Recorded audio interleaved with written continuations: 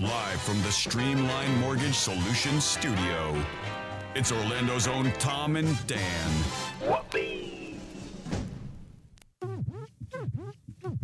Hello, this is your Mediocre Time with Tom and Dan program. We hope that you will find our presentation precise, joke heavy, and just right. Thanks.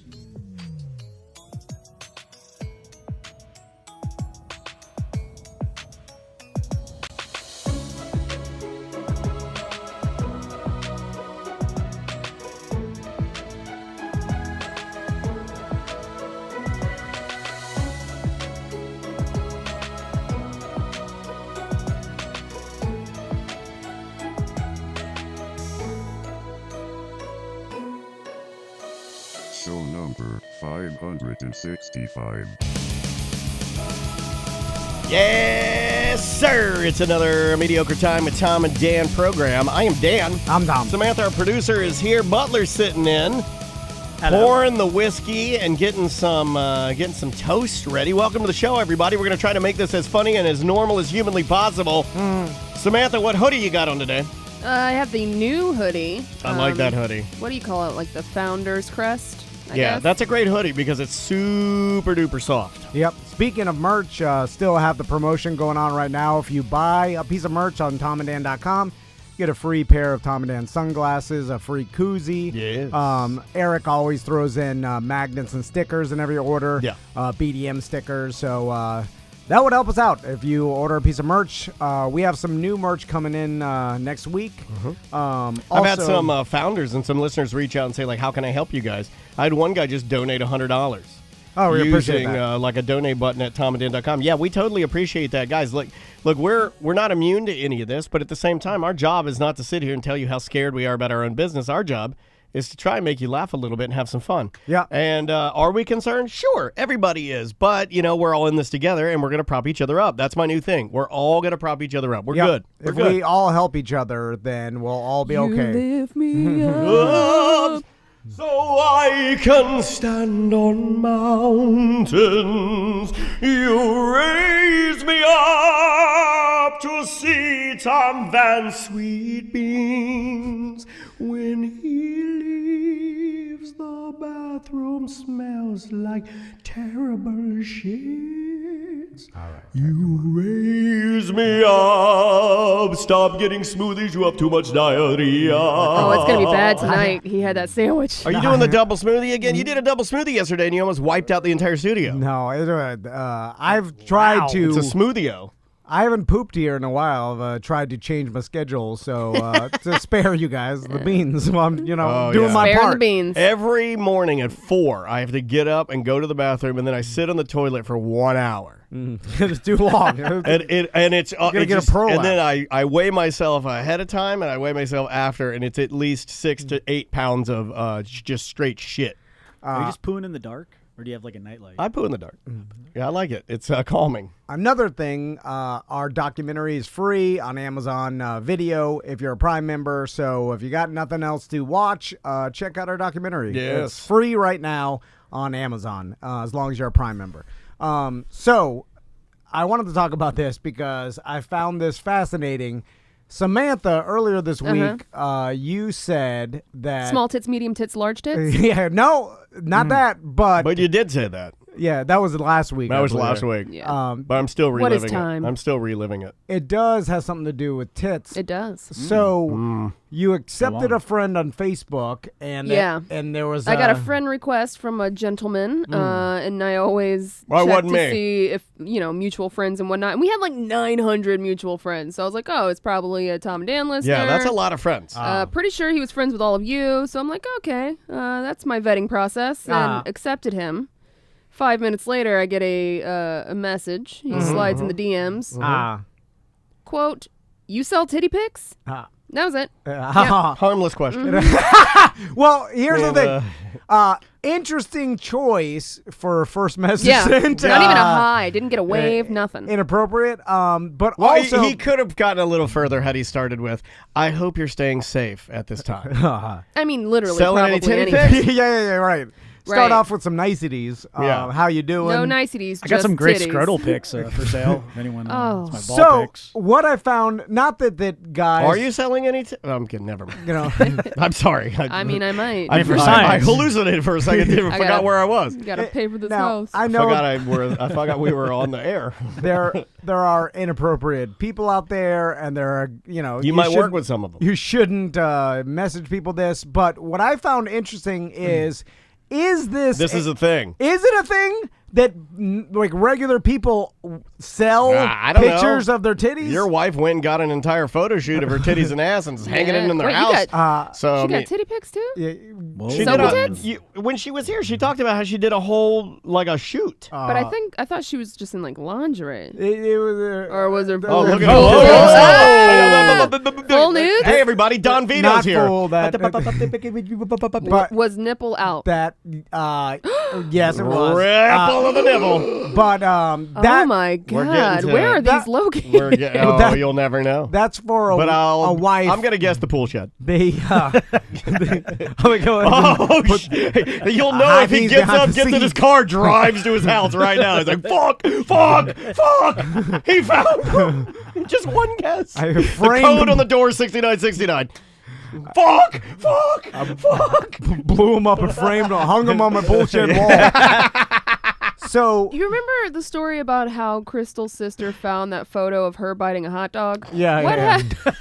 What happens when your children find these forgot about tit that. pics? well, these are Stop it. locked away. And, Where? You're not locking anything away. they are locked away in secure place behind Do you the, go jack off in the pool shed to behind your the wife's tits? goddamn seats. Like, I gotta go clean the pool again. Oh, can't find the skimmer. Come on, soapy butt, don't fail me now. Just took a turn. Are you clowning me, soapy butt? Come on. Are you soaping me? Are you soaping me? Not in the hole, though. Oh, no, not in the hole. try to aim for the silverfish. Oh. So here's the thing. My wife's not selling those. But what I'm saying is, No, are I there- only said that to prove to you that people do take photos. Like, just because maybe you and I are a little more, because I do believe that where I am horny, I might be a little more conservative than some people. You know what I mean? it'd be hard to find someone that is more, I guess, not necessarily liberal, but cool with everything than you are. You know Yeah, what but I'm I saying? mean, but at the same time, I'm not the type of person, like, if my wife wanted to sell him or what, I'm not going to be cool with that. yeah. Well, I imagine Would you be most cool with people wouldn't be. You wouldn't be cool with that. I don't think. Well, it Or would you'd question it at least, right? I'd be like, "Are you okay? Do you have a brain tumor?" Yeah. Because seriously, I tell my wife all the time. Like, she's like, "What if I did this?" I'd be like, "I'd get you mental help and some." He does do that. I've doctor," heard this. because this would be a bizarre thing for you to do, and obviously it means that you have some sort of imbalance or You're brain no fun, tumor. Tom. Well, I'm just saying, like if someone acts totally different than I know them to be, it's a bizarre thing, Yeah. and then therefore I'm like, question. We've So- seen it before. Anyway, do regular people sell pictures of their breasts or nude pictures to other people on Facebook? Like, because for this guy to ask that right off the bat leads me to believe that they it's do. more commonplace. Yeah. Okay, Because I can see your logic on that. it would be, why would he ask that if nobody ever does this? Now I understand porn stars do, and people on Instagram I'm sure do. But Patreon. But who wants to see that? You want to see the stuff that you can't normally see. Well, and I'm sure that. So again, Samantha, are you? No. Just go back to the Super Bowl video on Twitter. Oh, okay, I'll never go back to that.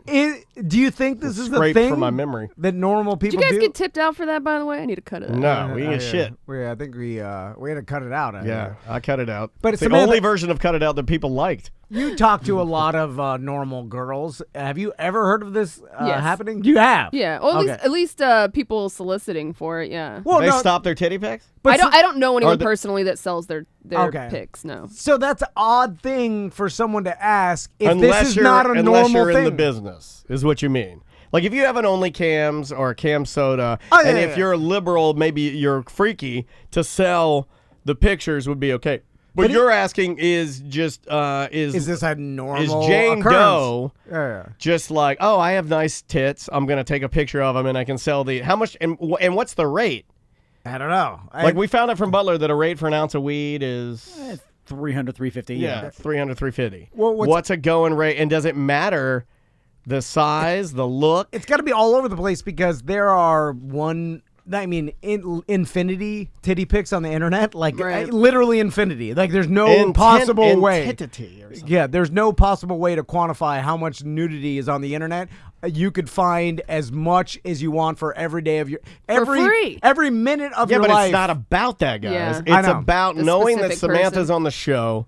Yeah, liking semantics, liking maybe our show, Tom and Dan, and then buying her titty pics. Do Instagram influencers do this? Yes. Yeah. Do you know it for sure? Yeah, but they do it a lot more legitimate way. Like there are girls that I follow on Instagram just because other people, you go through and you just like you weave through, and because somebody else has dropped in a picture, you go to their profile. You kind of get in a Instagram hole. There are girls that I've seen on Instagram that I follow that will then do a Patreon. And they'll say, this girl is creating artistic, sexy content. And then you sign up for their Patreon. And that's how you get your tit pics. Okay. It's just a fancier way of just like, this would be a little more lowbrow if you're like, oh, you send me a pic, I'll Venmo you $5. That's a little, a little shitty. Yeah, because the Patreon thing. Trash. How much do you think I could get? Oh, a lot. Oh, a lot. Yeah. You For got one pic. Look, I'm not saying this to be creepy at all. I think you'll understand. If we're just going logic, you got big titties, you're gonna be just fine. You're a good-looking girl. What's my asking price? I don't know, but based on you could size, probably get some high rollers to pay $500. For one pic? Yeah. An SUV is Yeah. more Wait a minute, expensive than a now I'm fucking smart car, reevaluating right? this. Dude, I'm saying that if you decided man. to drop all your, your morals and everything that you thought about doing this, and then said like, "Hey, Tits ahoy. I will sell $500 a piece titty pics," I bet you'd have some buyers out there, just because of who you are. There's no way you're not gonna sell one. There's no way. Oh, 100%.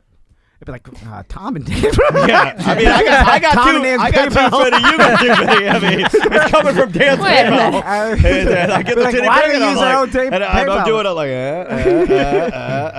and I'm like, all right. And then I got to give it to Tom, and then we swap weekends. It's like a child. I'm like, meet me at the Burger King parking lot and bring me my Samantha tit pic. Burger King. You'd have to figure out a Like way dropping off a kid. for people Did not you package to lunch? spread it throughout the internet. Yeah. It would have to be like you have it, and then people come and you just show it to them. That was your old idea. Oh God, is this your is old like the idea. original It works. Pulver. It works. It was the original because Pulver. it's the only way for you to not take the picture Well, I and have put it to on the internet. At least bring a rusty revolver with me. So But I it don't get sounded like raped. you were seriously No, they'd have to considering come it. to you. And on the Super Bowl broadcast, you were seriously sort of considering it. The only person that was, I think, maybe a little rattled were me and Tom and Butler, because we were like, whoa, what's happening? And then are you seriously investigating whether or not you want to sell some titty pics? I mean, I'm trying to buy a house right now. Well, you want to never have a house payment?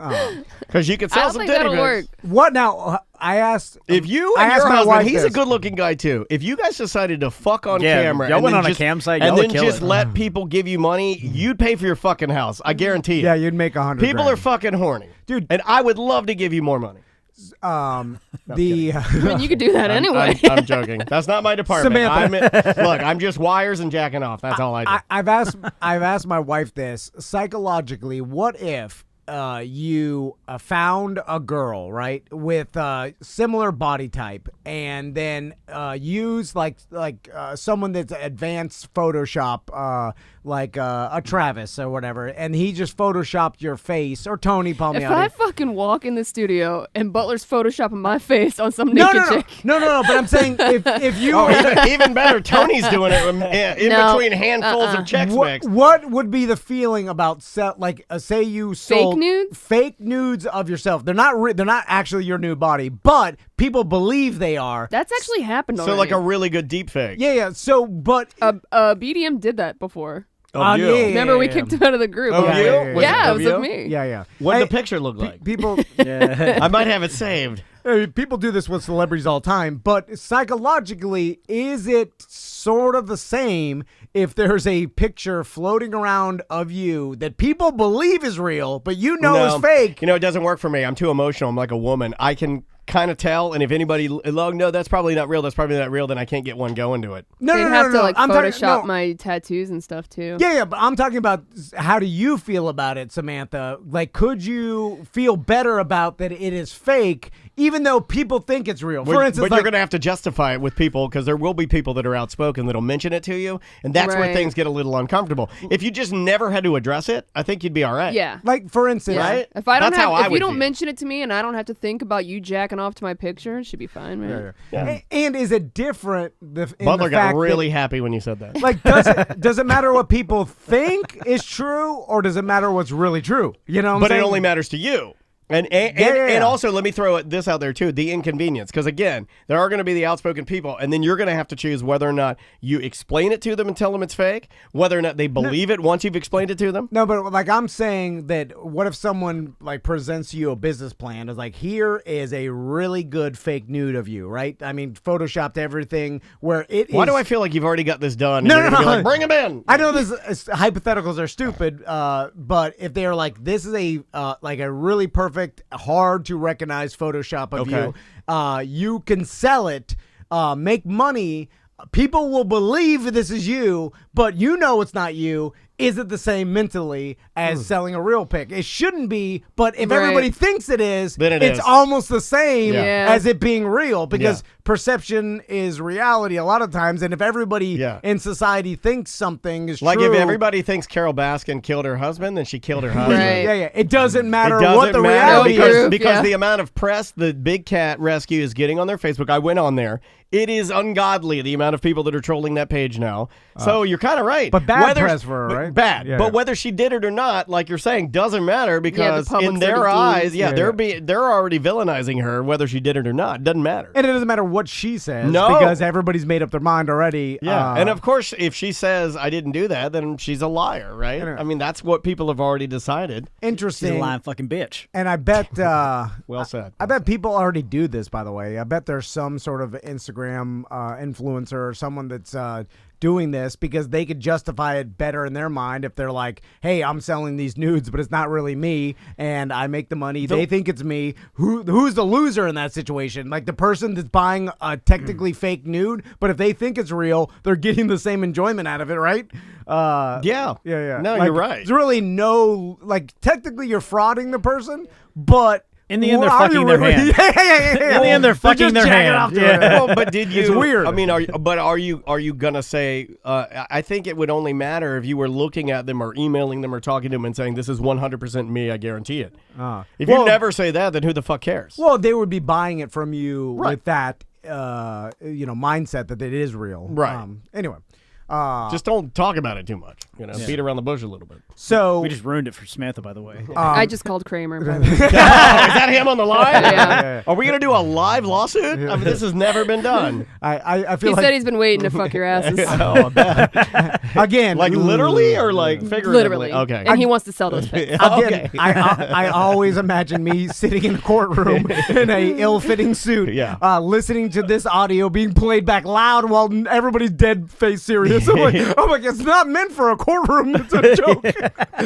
But they're listening to it. The jury's shaking their head. I'm like, fuck. Pieces of shit. No, we have a BDM on the line, on line 1, Jonathan. Yes. So, Hey, Jonathan, can you hear us okay? Good afternoon. I can hear you just fine. Hey, man, hold on 1 second. Tom's going to give you a nice little intro, okay? So this, I saw Jonathan post on the BDM page, and I guess it was inevitable for it to happen just based on how many BDMs we have.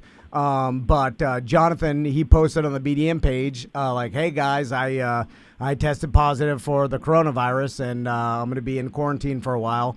And a bunch of people are commenting and curious about it. So I figured that we'd have Jonathan on the phone. Wait, he has the... And he got tested positive for the coronavirus. Look, you mean this? I've got a corona boner and it's throbbing for you. My buddy said that this is just like the flu, but then he died, so that just can't be true. Corona boner, corona boner. Welcome to the show, Jonathan. Oh, no. I'm sorry, Hey, Jonathan. great song. So, Jonathan, you tested positive for the coronavirus? I did. I was tested 12 days ago, and at the time, well, first of all, anybody who hasn't had this test already, it's a stinger. They ran this medical swab all the way up your nose. And they say it's gonna hurt for about 10 minutes. They really took about half an hour to recover from that. Yeah, they're bad. But at the time, I was told results within 5 to 7 days, and that I could expect daily checkup calls to see if I'm getting worse or not. Okay. Now, none of that happened. Oh, that's Oh, good. okay. I was in the dark. So Jonathan, do you have any idea how you got it? I did have positive contact with somebody. I'm not going to go any more in depth than that. Yeah. for Mysterious their privacy. Asian blowjob. I'm familiar. So you and is that what made you go get tested? Is because you were around someone that you knew had the virus? Well, my little city of only about 70,000 people is the hotspot for the state of Georgia. We are putting out positive tests day after day, and I did not suffer really. I mean, I had a very slight elevated temperature one night, and I said, "Hey, here's a way to get out of work. I'll go get tested." And the whole time, I did not have any trouble breathing. I did not have a high temperature. I did not feel poorly. I just, I started to feel like, man, I'm going to get in trouble for faking this. Right, But I was positive the whole time. So you had a mild case, which it turns out a good amount of people have the mild case, and then it turns out that a lot of people don't have any symptoms at all and have it, and that's why it's so hard to contain because people are spreading it around crazy. People are even, they're talking about, rethinking, everybody wearing masks just to keep our, I guess, our spit and our keep our spit to ourselves. So, Jonathan, are you are you totally good now? Like, have you recovered? There's an upside to this. Eventually, I realized I didn't want to find out I was positive because I've been very careful at home. I have a sister who rents a suite in my house, and she is immunocompromised. Oh, no. So I've been very careful this whole time, staying locked in one room, basically. And, well, now that I'm positive, in a couple of days, by Monday, this whole scare is over for my family. Because that you obviously have immunities to it now, right? Right. So besides from getting a mild fever one night, that was it? You didn't have any of the lung complications or coughing or shortness of breath or weakness or all those other symptoms? The fever was there the whole time. I've only been fever free for a couple of days. Gotcha. But I run regularly, like 15 miles a week, and I did have a little bit of difficulty middle of last week. I was a little more winded than usual. Yeah, no, I got you. Nothing severe. Have you ever gone through the normal flu in the past? I am known as the guy at my workplace who catches everything that comes along. Huh. Oh. Yeah. What an awesome thing to be known for. Hey, John, I've got two children. I'm known around this studio as Finger in the Butthole Danny. I'm pretty proud of that. there's Jonathan. Don't drink after him. Yeah, that guy's crazy sick. So, compared to other flu and There's Jeremy Germerson. other things you had, where would you rank this? If I did not get scientific test results, I would doubt I was ever infected with anything. Right. Okay. Yeah, I think a lot of people are like that. I think that's the why unfortunate, scary part. That's why it's Yeah, spreading that's why it's around so spreading much crazy. because people probably like Jonathan don't Just even don't think they have it. get tested because you're like this is just a mild cold or like a small flu and no big deal. Like, I'm glad you're okay. Is your sister man. doing okay? Thank you. Yeah. Like I said, I've been very careful, So and I will continue to be careful for 2 or 3 more days, and then and then we're all right. I'm gonna party my fucking balls off. Now, I often wonder, now, Jonathan, now everything's closed right now, so you wouldn't be able to do it. But once things eventually start opening back up, I wonder if the people that got coronavirus and then went through it and coming out the other side, are those the people that are going to be enjoying the theme parks and everything else because now they're immune to it? Like you get an I Survived Corona shirt. Because once you have it and are immune to it, you could be around large groups of people and things like that. You can't. Are we 100% certain of that you can't get it again? again? Around here, there are some pretty persuasive arguments for what's essential or not. Today, I got an oil change and bought a lawnmower. So not much is closed, really. Yeah, I know. Well, it's the same thing here in Florida. It's like a great old dad Sunday, right? Get your car washed, get a lawnmower. Well, anything that is like runs or society kind of needs to run is open. Like I can say my favorite Mexican restaurant doesn't deliver, so I tried somewhere else, but it does, and it was pretty shitty. So I'd like to okay. Write that down, Butler. We're going to give all of this information to the scientists. And then, Samantha, I don't know, like, so far... In the chat, they're saying it's still unknown if you can get it Yeah, twice. well, there's a lady, I read on BBC, you can take it or leave it, but BBC, typically pretty reputable. There was a lady in Australia that tested positive for 2 different versions. Okay. So she got, like, 19, but then... she got 20. But then they were like, oh, you have, like, 19B. And the one I've heard, there's an S strain and an N strain, and one is deadlier than the other. And one of the things that probably helped me along is they've discovered that certain blood types fare better than others, and I had a good blood type for it. What's the good blood type? It's O's. Yes. Is that universal donor or universal? I don't know. Or universal studios. I don't know the other one. So O positive, O negative is universal donor. All right, Jonathan. Well, I know I wanted just to talk to the first BDM that experienced this because I knew it was eventually going to happen, and I'm glad you're doing better. I'm glad that it wasn't that rough for you. Glad your sister's okay, man. And keep doing what you're doing. You're doing it right, and we're glad you're okay, man. Yeah, I just like to encourage everybody to do the right thing, even though you think you're fine. You never know. Yep. You never know. All right, dude. Take it easy. All right, man. We'll send you a beach hat. Just don't send it back to us. Yes, please. Yeah, no problem. Okay. Talk to you later, man. Email me because no one will remember. Later on. Yeah, email Sam. We'll get it out to you, okay? Stay safe. Too cool. Thanks. Okay, write this down. Being boring. Oh. You'll be fine. Well, it obviously fights the virus. He didn't want. When you're a dynamic and fun personality like me, I'm as good as dead. I'm as good as dead. He didn't want to talk to us. I just said, hey, let's talk to you because it's interesting. It is interesting because it's and what a good dude. A person that's part of our community. His sister is immune compromised, and he locked himself in his room, did the right thing, and it looks like they're going to end up being okay. So it is always nice to flag these types of positive type of interactions that we have because I think we're inundated so much with so much negativity that you get to a point where you start to get so scared and so paranoid and crazy.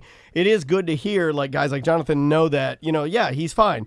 Is it ideal? No. Could he have hurt himself or his sister? Absolutely. But could it have been worse for him? Possibly. But he made it out. He's fine, and that's good. That's good to know. And also, it's also good to know that he's a pretty sickly guy. He admitted it. He's like, I get sick all the time. Right. And he got this and he made it through. So, I think it is good I'm not saying to be reckless. I'm just saying don't necessarily get depressed. And that's easier said than done. I get depressed all the time. I battle with it. But I'm just saying, let's all prop each other up and try to stay a little bit positive. Yeah. Fear and anxiety. I question his immune system, too. Like, if he's constantly always getting that bug that's going around, obviously he has immune issue as well. Yeah. I mean, it could be, but it obviously didn't affect him that negatively.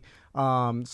But Daniel's right. Everybody needs to do the responsible thing, but also don't overreact and live like it's the end of the world. Right. I know I've talked to certain people all the time, stocking up at ammo, ready to start fighting people in the streets. I'm like, calm down, Yeah. relax. I've Let's got turn some- it back to Fun Friday. Yeah, I've got some friends that are locked in. Like, Shout they're- out to another not coming BDM. out. We have another guest on line 1. We have Susie. Okay, Susie. And she has some information about she worked with Carole Baskin. What? You worked with Carole, that bitch?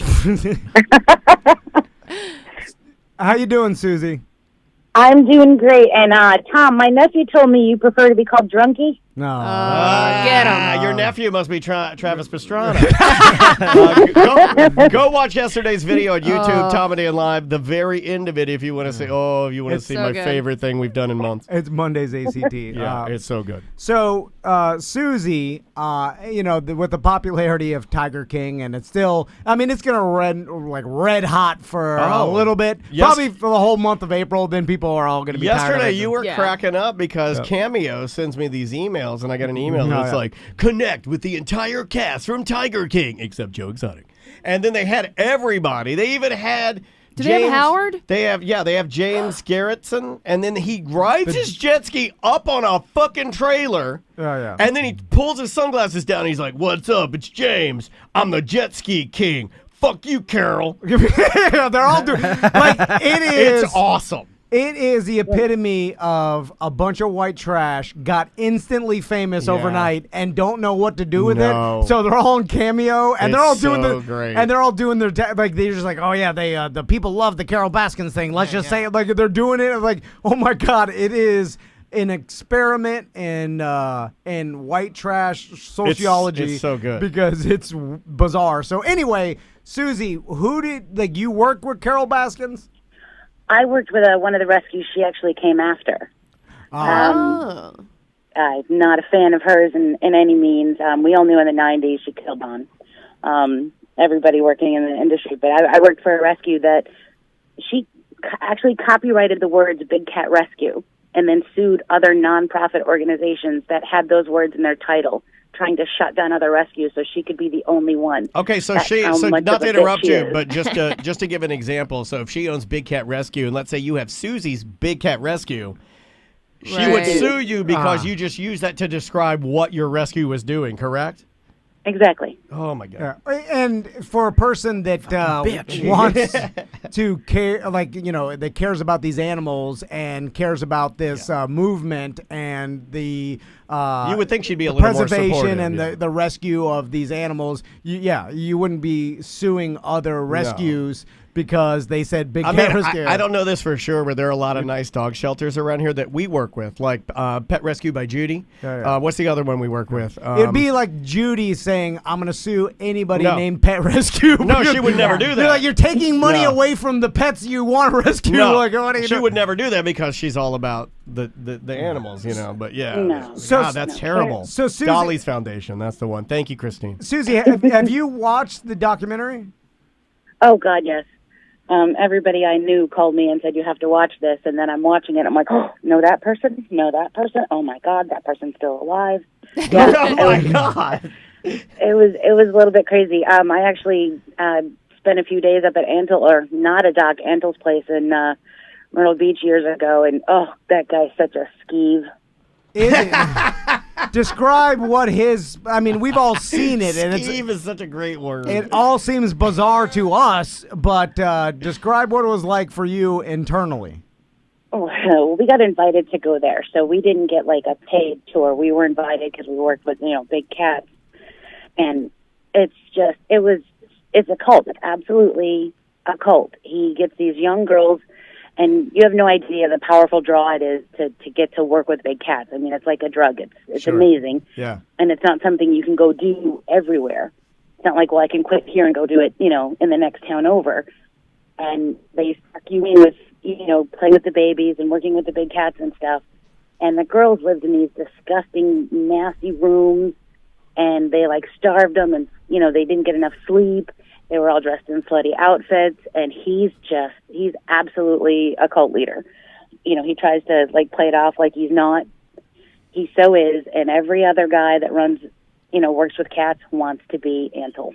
I mean, I gotta be honest with you. I kind of want to be Doc Anna. I mean, Tom and I've talked about this. You do that. Like, which Tiger King character are you? Personality test on Facebook, and I'm like, come on, Anto. Yeah, I'm a sex god. I'm a tiger sex god. Everything else about being a cult leader, besides the ATF burning you alive in your house, is pretty good. It's pretty rad. Well, if you're the leader. I mean, if you think about this guy, unlimited money, big cats. The women, all the tits and pussy he could want. The only thing that's really bad is the tank tearing down your compound as you burn alive, playing guitar with yellow sunglasses on. Yeah, I mean, seemingly free labor. That's pretty good. So slutty outfits, I can handle that. Susie, I want to ask Might you change about the dress code around here. About the big cats themselves. So the business, like the shady side of the business that obviously this documentary touched on, was these guys like breeding these cats in captivity to get tiger cubs because tiger cubs are easy to transport and have experience with, and they're bunch. human magnets, man. Like, you put a tiger cub anywhere and people lose their GD minds. How long will a tiger cub be like a tiger cub before it gets too dangerous to be around? Basically, they make organizations money from 2 weeks to 18 weeks old. Public can't touch them before 2 weeks. So you have a 16-week window where you can make money because people will pay a lot of money to get to. Everybody wants to touch it, you know. Yeah. Okay, that's good. But people want to touch them and hold them, and you have this short window. So these places breed over and over and over again, and then the cats just poof disappear. And that's where all the allegations of gassing, euthanizing the cats after they are over 18 weeks old. Is that like a federal government mandated thing that you can't touch or interact with a tiger after 18 weeks, or is that? Yeah, it's very state by state. A lot of laws changed when that goes south, and set 50 cats free. A lot of stuff. The industry just changed overnight because people realized, oh my God, all these people have these big cats in their backyards. So the laws changed. So a lot of these places lost a lot of money because in some states you could stand behind a big cat and touch it on the butt, 700-pound tiger. And then once that happened, what was it, in 2008 or whatever, then they tightened the restrictions and made it so you can only touch, the smallish cubs. So I like how they grab this 700-pound tiger's butt. That's like, all right. You're going to laugh, but that's one of the commands I give my wife as I bend over. I'm like, so I like to role. I'm a role play type of man. And through watching the documentary, we all saw this one tiger attack Joe Exotic's boots and then drag him around. Put goddamn cologne on it. But it seems like these guys are able to interact with full-grown tigers. And they're not afraid. Like, how dangerous is that? Like, when in normal big cat rescues, is there normal human interactions? Protocol? Yeah. Like, can any of these tigers turn on you in 1 second? Have you ever heard of people being killed by them? I know in the documentary that Saf or whatever got her arm ripped off pretty brutally. His arm. Oh, misgender. Come on, man. Use the pronouns right. Well, I don't know. His. Get the pronouns right. Okay, his arm. All of these cats are pulled from their moms and hand-raised and raised by a bunch of people and played with as babies, all of these cats in the industry. And then as they grow up, it varies from cat to cat. I worked with over 60 cats. I bottle-fed 20 different babies. And as adults, I could only, go into the cage with 7 out of those 20 that I had spent 40 hours a week with hand-raising. So it depends on the individual animal.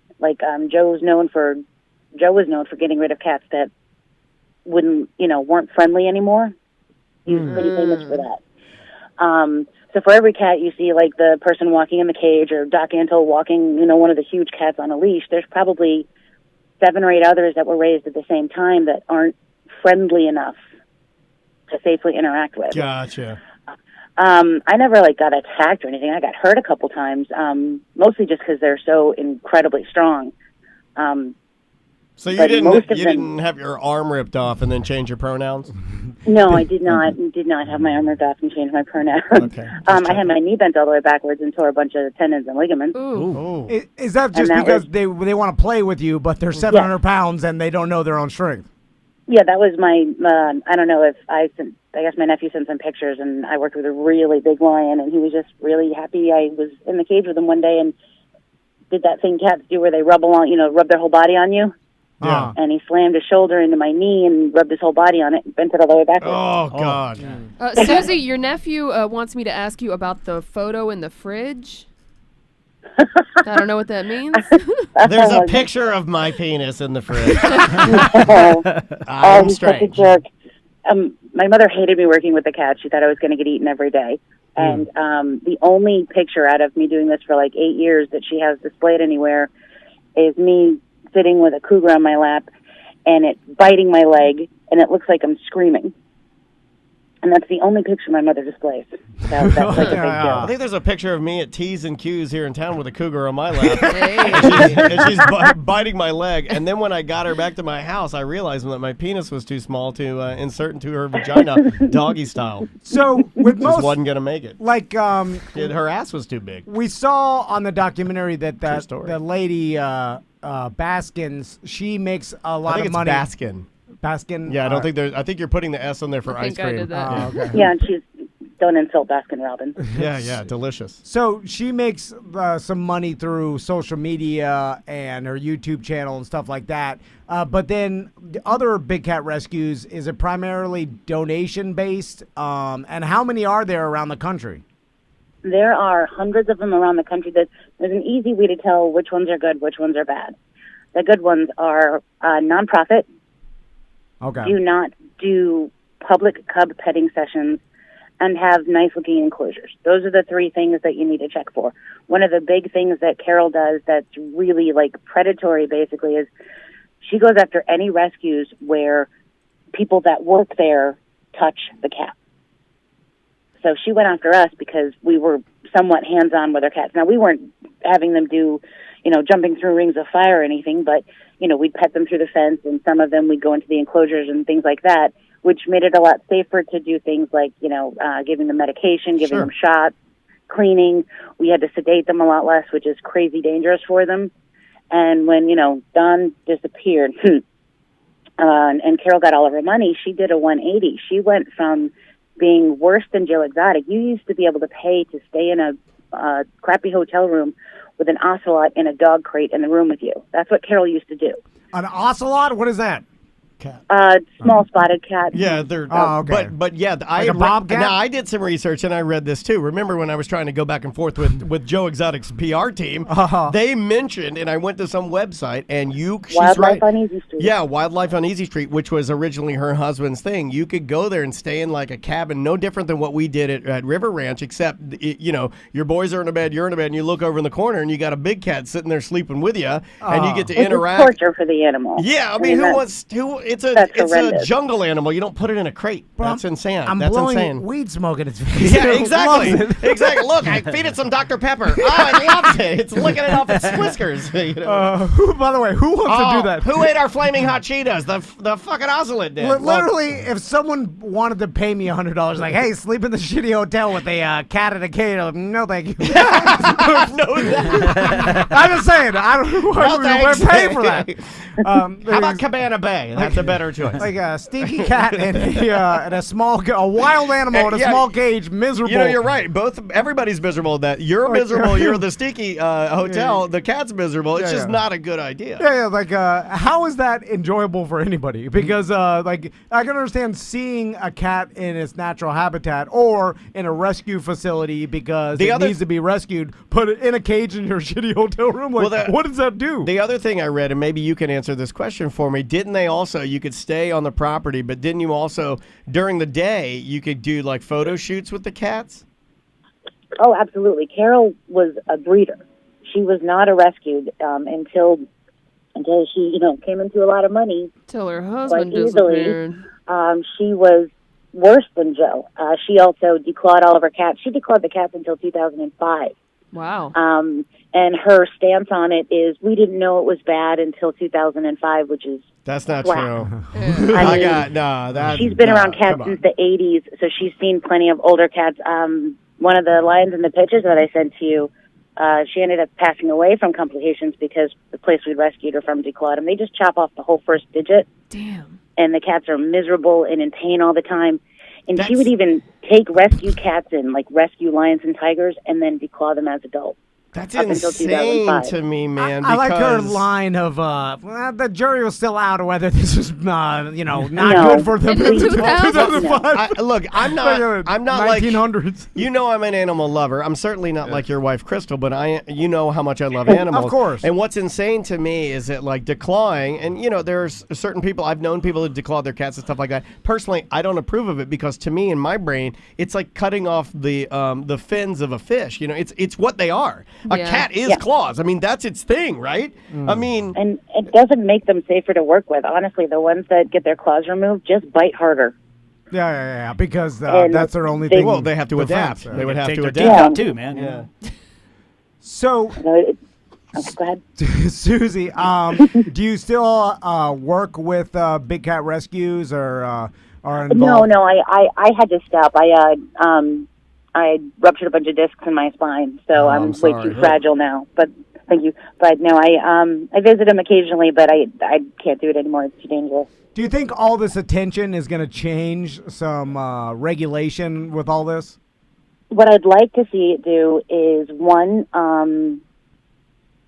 take away some of Carole's legitimacy, because she really hurts good rescues. There are plenty of great nonprofit rescues that, get harassed by her minions because the handlers will pet a cat through the fence, and then they'll post a video on YouTube and then get thousands of negative comments. You're not a real sanctuary because you touch your cat.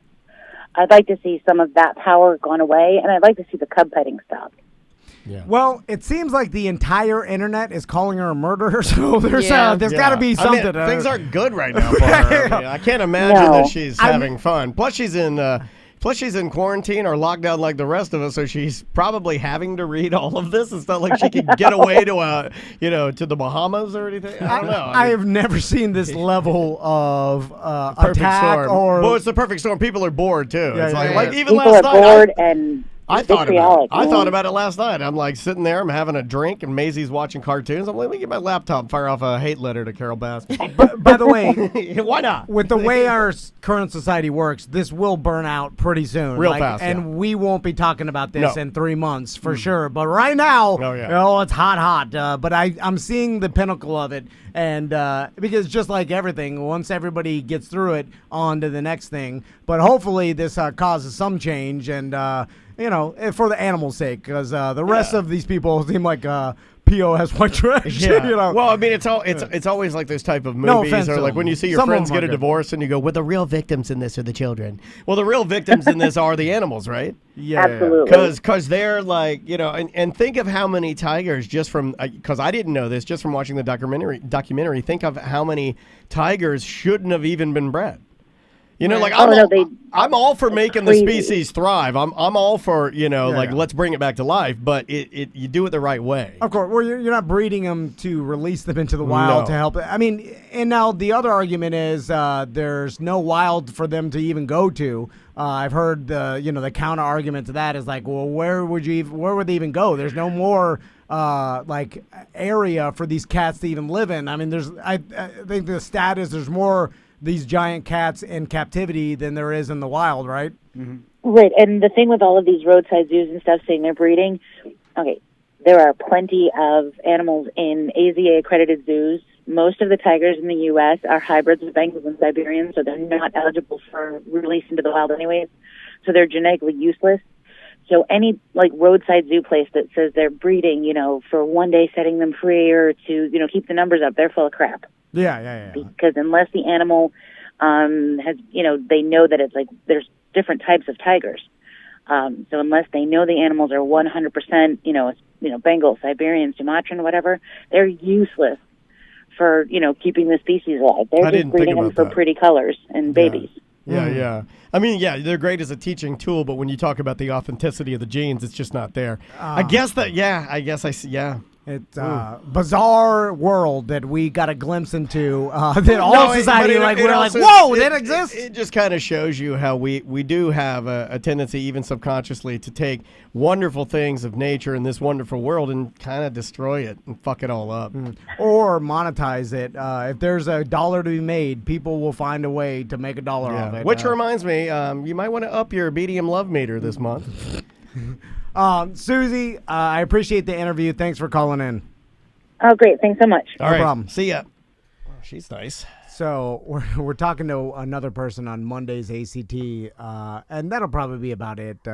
I just and you're over it. Yeah. Just like society, we're moving on. Well, unless what if I can get Howard?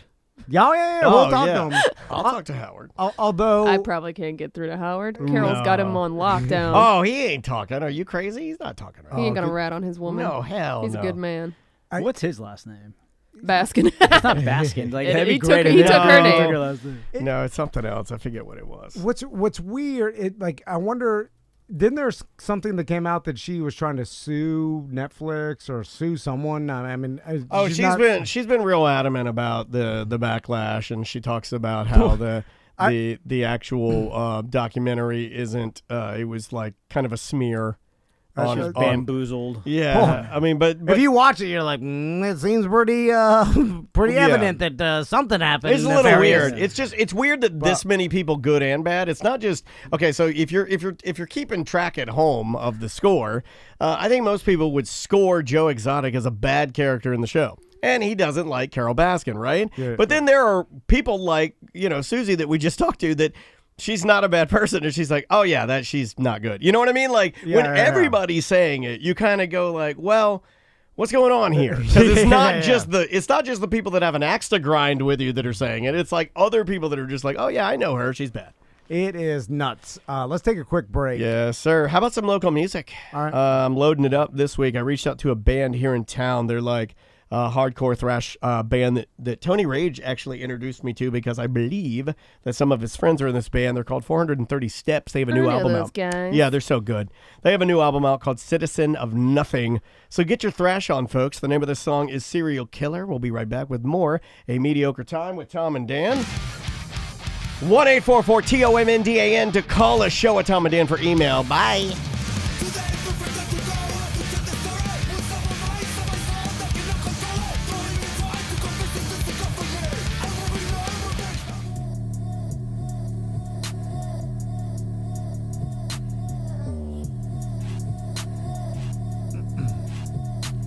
Oh, turn me on my headphones. Are you clowning me? Tom-vana, known to get clowned on the regular. Everybody knows I'm actually regular. I take a lot of shits in the studio. Smells like sweet beans. What do you know about it? Gonna do a shot with Travis. Then I'm gonna lick his asshole. No, come on. Birthday Start butt up. licking. Let's do the shot. All right, We're back. Welcome back to Mediocre Time with Tom and Dan. Now Butler is going to do a shot with us. All right. Not all heroes rock the cape. Remember Sugarworks on this date. From Shine to Bites and Creek to the Bay, this local distillery is paving the way. Converting spirits. Hold on, he's not done. Converting spirits to sanity for those in need. I'm so excited. I gotta go pee. Cheers. Rock and roll 92.0. We didn't get it right or help. I might need to start helping him with his toast. Yeah, ask for help, which is weird. A big shout out to Sugarworks Distillery though in New Smyrna Beach. They dropped this off for us. Nice, beautiful whiskey. That is good. That is really good. And that just dusted me. Wow, that's good. Local, sweet. Yeah, local distillery, man, that's smooth. New Smyrna Beach. They actually, I know we were talking to the owner the other day, and they actually made a portion of their tanks or their business to produce hand sanitizer. Yeah, he said he'd made, what, 75,000 A lot. It was a lot. A lot. I know it was 75. I heard it because I was in here editing. I heard Out you of guys those on gallons the or units or something. phone. A lot. It was a lot of hand sanitizer he's making. And I didn't know that, but apparently you can convert your distillery from making spirits to making hand sanitizer because you're making alcohol. If I just drink the alcohol, I can't get it, right? Yeah. Stays out of my body. Over a certain percentage, well, a lot of kills businesses, everything. a lot of businesses can do dual, like our business here. You know, if we decided not to do podcasting, I mean, I could easily turn this into a cam soda studio. You're right. For Samantha to pay off her house. Yeah. I would produce it. I'd also wear a sleep mask as to not look at you. It's going to be hard to edit. But I'll look straight ahead. I swear to God, I'll look straight ahead. You just tell me what to do. I appreciate that. It's like then she sees you like catch something that falls. I feel like, wait a minute, just like remember when Stevie She's Wonder? like, can you see? I was like, no, I'm like Steven Seagal. I have senses. I have special powers. Remember the whole internet rumor or like theory or conspiracy theory that Stevie Wonder could see the whole time because well, he can't see a little bit. Yeah, he sees shadows and shapes. Yeah, he can see like, shadows. And people wanted him to be like, no, I want it to be complete darkness. Black can't see nothing. It's like you can be legally blind. Yeah, blindness doesn't work like that. Yeah, and then be mostly blind and still be legally blind. But no, people but are like, I want full blind. Yeah, like he moved out of the way of the microphone. That doesn't count. Get him. Yeah. Anyway. Mail on mail. Let's do that. Oh, I wanted to bring this up real quick because your wife works with or about for my fucking wife, man. PBS. Yeah, she does. And I watched it for the second time. That Dave Chappelle. It's good, right? Mark Twain Award. It's on Netflix now for free. Yep. Okay, I'll have to check it out. We signed up for PBS just to be like a monthly donation. Donor. Oh, that's right. Oh man, you did? Yeah. Oh, my wife's gonna love that. That's really kind of you to do that. Because I realized I was like a hypocrite when I'm like, hey, sign up to support, entertainment, local entertainment stuff, and I'm not doing it. I found out it was on Netflix, but I was like, fuck it, I'll just sign up. Yeah. And we use a lot of the kid programming on PBS. Yeah, is stellar. So if you do have a kid and you haven't investigated that, if you're looking for something a little different than the fucking YouTube, PBS way better. But that whole award show was edited. I mean, shout out to PBS. It is they did a great job. Well-produced award show, and the way that they put it all together was really easy and entertaining to watch, and it led me to think, I was like, man. I want to know the director because it flows well. It does, and now they're taking the best of what happened during the show and then editing in like him doing some stand-up the night before at a local club. Then, it's very natural. Yeah, they did a good job. And so I looked at it and I was like, this should be how all award shows are done. Now, there's some problems with that. You couldn't do it logistically, maybe, but you're right. It made for a way more entertaining award show. Because we do these award shows live, and they're these 3-hour, ridiculous marathon of people giving speeches and then them rolling it's a bunch of bullshit. The music to get them off stage, and then there's always problems and there's long periods of nothing and commercials and well, it's certainly not for our benefit because it's not truly produced. Like this was it's edited. This was produced perfectly. An award show is almost like they roll the dice to see if they're going to be able to produce good content, right? Because it's live, and obviously when you're producing something live, you only have the camera changes and things like that to go to, so you don't have that many options. You can't cut out the fluff and cut out the bad parts and things that are not entertaining. But they should, because I would watch, let's say the Oscars. Okay, you couldn't do it pre-recorded because people would find out who won, and then that's the whole point of finding out who won at the time. But I would go back and watch an edited version of the Oscars if they edited to a tight 45 of just the best things. Now, I don't know if they already do this, but I think doing everything live can be antiquated. While you're talking about, people have been doing it almost on their own. Like a highlight reel? Highlight stuff? Yeah, there are entertainment and not traditional media. You're not going to get your NBCs, ABCs, Entertainment Tonights. There are guys on YouTube that will take the entire thing and then curate it for you. It's almost like we're in such a renaissance period of video and audio that you can have a guy, let's just say, and I'm going to throw this name out there. This is a dated name, but you'll understand what vein I'm talking about. Perez Hilton. Remember that dude? He's still around. Yeah, so take a guy that's like just like a young video editor who's really into entertainment on YouTube. He'll take the Oscars and he'll do exactly what you're saying just to boost his own numbers. Yeah. And what are they going to do? Nothing. Yeah. Nothing. Because to me, like, people, especially in the entertainment business, they do things the same way because that's how they've always been done.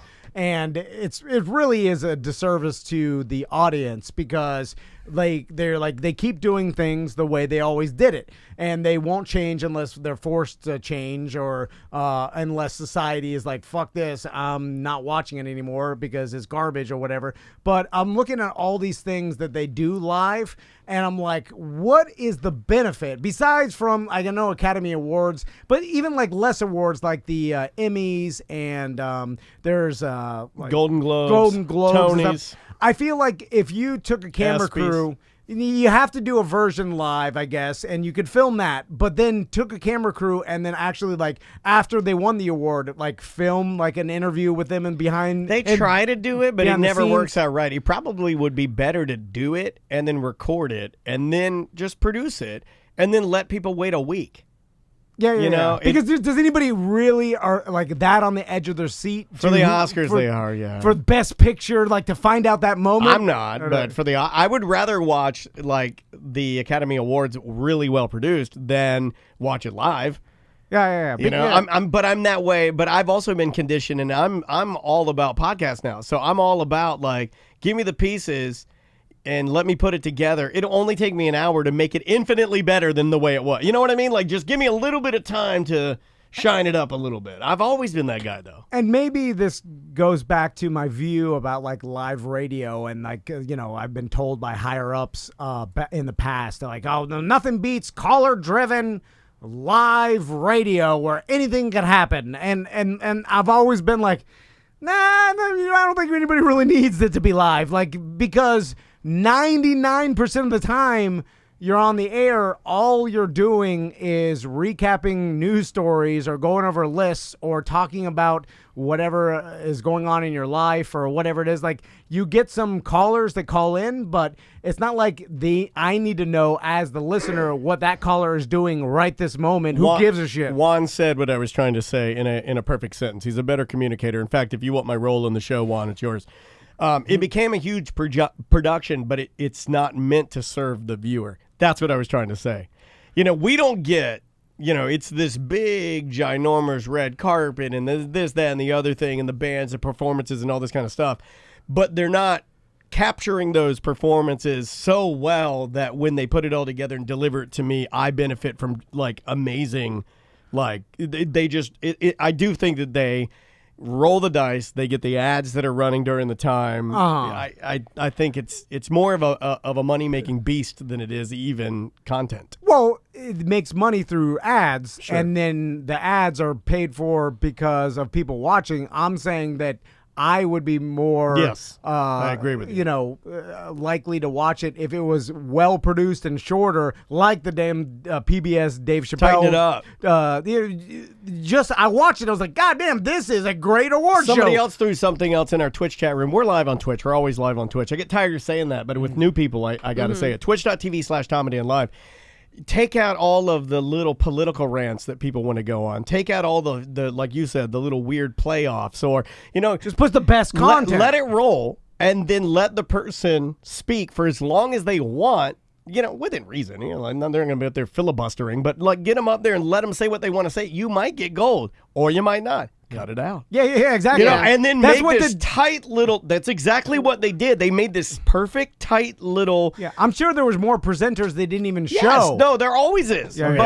But it's like they knew what they were looking for. They found it. They edited it perfectly. Yeah. The idea, whomever the producer was or director that said, well, we'll go to the club, we'll grab that extra footage and we'll weave it in.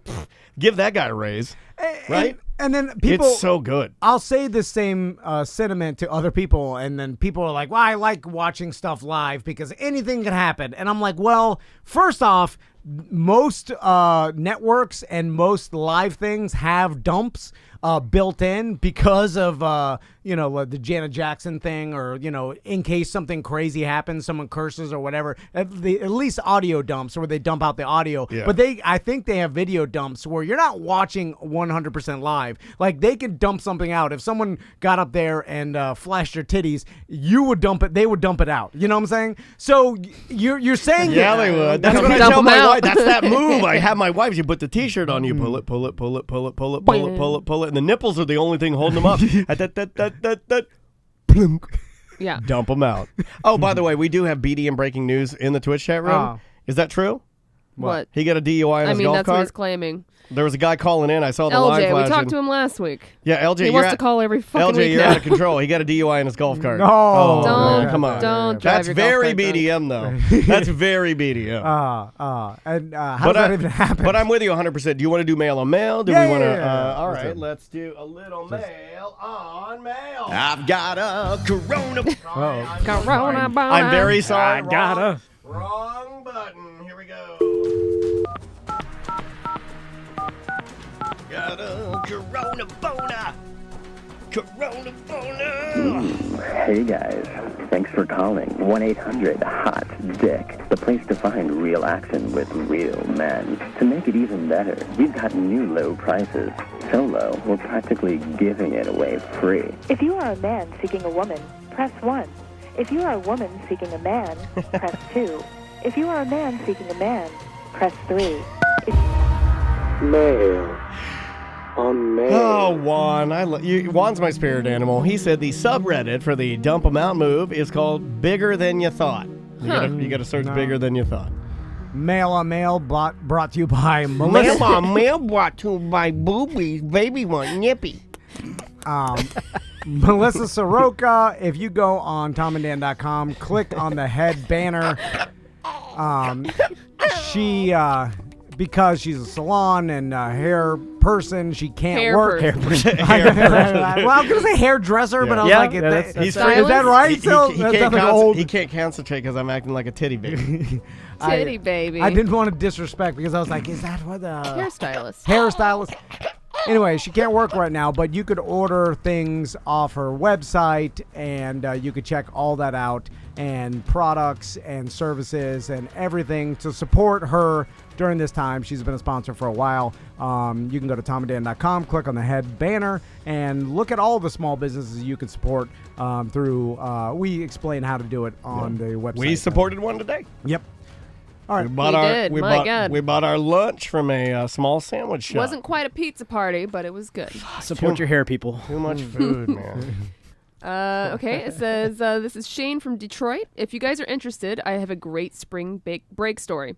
It was 2009, Panama City. I went down with 3 guys from our football team at Wayne State. The week we were down there, MTV was having a beach party on St. Patrick's Day. Before we went down, my parents' best friend is a beer rep for Miller, and he gave us over 10,000 Miller Lite beads to give out. So we were down there, and the MTV party was on the second day of our trip, so we all wake up in the Seacomer Motel, a.k.a. Seacom Motel. Our room was set up like an army barrack with triple-stacked bunk beds with mattresses so thin you could roll them up. Immediately start hammering beers with only McDonald's dollar menu burger in our stomachs. We pile into my truck, drunk with 90 beers and a rock of cocaine. Whoa, So- that took that took a turn. All right. So we're driving down the main Oceanside Drive and it says bummer to bummer traffic. By the way, in rock form, it's called crack. Thank you very much. And we had a big rock of cocaine. Not a crackhead. Yeah. It's only cocaine in powder form. Thank you. We're in bumper to bumper traffic with hundreds of beads hanging off the truck mirrors, random guys and girls walking up and flashing us for beads, bumping Gucci Man, which caught the attention of the group of about 12 hot black chicks who needed a ride down to the beach party. Great tie-in. We're talking to Gucci Berry later. We are. Buddy does too much cocaine in the parking lot and says he needs to chill for a second, and we will catch up with us on the beach later. I done too much cocaine. I need to chill for a second. Like, you are not chill. But you can't. You can't chill on cocaine. You can't chill. You already did the What you cocaine. need You're is- anti-chilling right now. I need to put myself in solitary confinement and freak out. for a while. We all go with hundreds of beads around our necks to the beach party. Bouncers at front of the stage tell us to sit up on the front barricade for the stage and throw beads and spray the crowd with water out to the crowd while 303 played. I love 303. I do too. That's a guilty pleasure. I think Sam. So this was not that long ago. I think then. you and I bonded over 303 because man, they're fun. By they're the just way, fun. what sounds like the best time ever when I was 21 is pure misery right now. Yeah. Because, like, this story this person describing, Not good. It sounds It's bad. miserable to me right now. But giving me anxiety. Even 15 years ago, I'd have been like, hell yeah. Even describing my own bachelor party when Whopper Jr. picked me up in the Shipyard Brewery van with the case and everything, we were going to Daytona to do all of it. Yeah. It's like when I recount that, it's terrible. Like it's like, why would I ever do that? I never want to do that again. It was the worst time of my life. But at the time, It was great. awesome. We all head back for the stage. Oh, wait, hold on. We all head back for the night and clean up and can't get a hold of our buddy who did too much coke. At this point, we have not seen him in about 14 hours, so I start calling hospitals and police stations. Nothing. We go out for a beer run at like 10:30 at night, and as I pull away Your from the priorities store... are straight. You're like, well, we can't find him, but I'm going to need a couple to stop my hands from shaking so I can call 911 more. As I pull away from the store, I see him walking barefoot in just his board shorts, totally defeated, though he thought he was a homeless guy. Pretty much the story. All right. Wait, so his buddy did too much cocaine. Shitty ending. I wanted him to do something, but you said so. We couldn't find him. 14 hours. We went on a beer run. He's just walking down the street, barefoot. Love the show. And board shorts. It's just all spring break stories. Technically, none of them are good. I do want right? to go to the one where Limp Bizkit blows up a boat, though. Yeah, that was pretty rad. Now, I guess the fantasy of it is rad, but the actuality of it probably was garbage, right? Because you're in, not at the time. Because I would have been like 28 or, that's old. Yeah. I would have been like 20. It'd be like a 19 through 22 at the most. 23, you're aged out. I don't know. I always too much at 23. I always party. I was always an older guy partying with the younger people. Yeah. I know you. I know how you are. Yeah. I like. Butler just put in the chat that he had food poisoning and diarrhea his whole bachelor party. Of course What's you did. wrong with your life? Where'd you go for your bachelor party? We went to Annapolis, Maryland. I went to a Liverpool match at M&T Stadium, that's and so cool. we stayed in Annapolis, and we actually got this huge bushel of like shellfish at this local like fish market, and we grilled them. One bushel, please. Yeah, right. Bushel? A bushel, and we actually nothing says bachelor party like a bushel. Hey, you guys want to go watch them? of crabs and stuff like that. It's awesome. You guys got to go watch them upstate LJ's soccer? calling again. with Just some- take his damn right. call, so stop calling. Ate a bad clam, had food poisoning for 7 days. It was fucking a nightmare. Peeing out my butt. I was drinking beer and it was coming out at the same time. I never ate a bad clam, if you know what I mean. Peeing out your butt, not that bad, right? No, I Like, did it this morning. I like it. Puking, way worse. When And you a pee out scale- of your butt, all you got to do is dab. When you poop, you got to wipe. Yeah. But it sucks when you get like every 4 ounces of alcohol or just water, you pee out like a gallon at a time. So Yeah, I like that. That's the worst. You got to man. do it in doses. If You did almost it- feel hungover because you're so dehydrated. I was better than Dehydrated. better than hard poop. Hard poop will cut I you had good. one that cut me good last Yeah, week, man. yeah. I had one that cut Blood me, and I Oh, thought I was gonna have to call the 911. Yeah. I was like, this is. It's not, I'm not going to recover from People this. should complain more about hard poop than diarrhea, but I feel like it's the opposite. Diarrhea Y'all gets a have more bad lumpy rap. poop than anybody I know. Diarrhea gets a bad rap. You and should be like, if you told me you had a hard, like beer can size hard poop, I'd be like, oh, I'm sorry, buddy. Yeah. You It know, hurts. Diarrhea, I'm like, like a beer can size hard poop is like, I've done them here before once you guys have left, and then I've hobbled myself, and then I have to sit on the scooter. I'm like, oh. yeah. It hurts so bad. Your butthole looks like a fish, just like trying to breathe. Oh my. My butthole looks like an God. exploded cigar. All right, is voicemail. Oh, okay. Voicemail. Oh, did you So hang I up guess on this him? message is I for got it. Tom and Dan, We'll but take 'em probably after more this. specifically Dan. I am also playing Animal Crossing because. So Okay. I go see this owl character at the museum. Blathers, and once I Blathers give the him owl. all my fossils and Yep. things, I always tell him I'm fine. And every time I select that conversation, It says that as one of the answers. He's like, can I help you with anything? You can say, I'm to Vaughn. end the conversation, because that's my favorite thing, ending conversations. I'm fine, and it just reminds me of that's fine. So it's fine. Yeah. Animal Crossing. I got to get you on it, buddy. Let me get you on some Animal Crossing. I will never be on it. Seems baby video game to me. Not interested.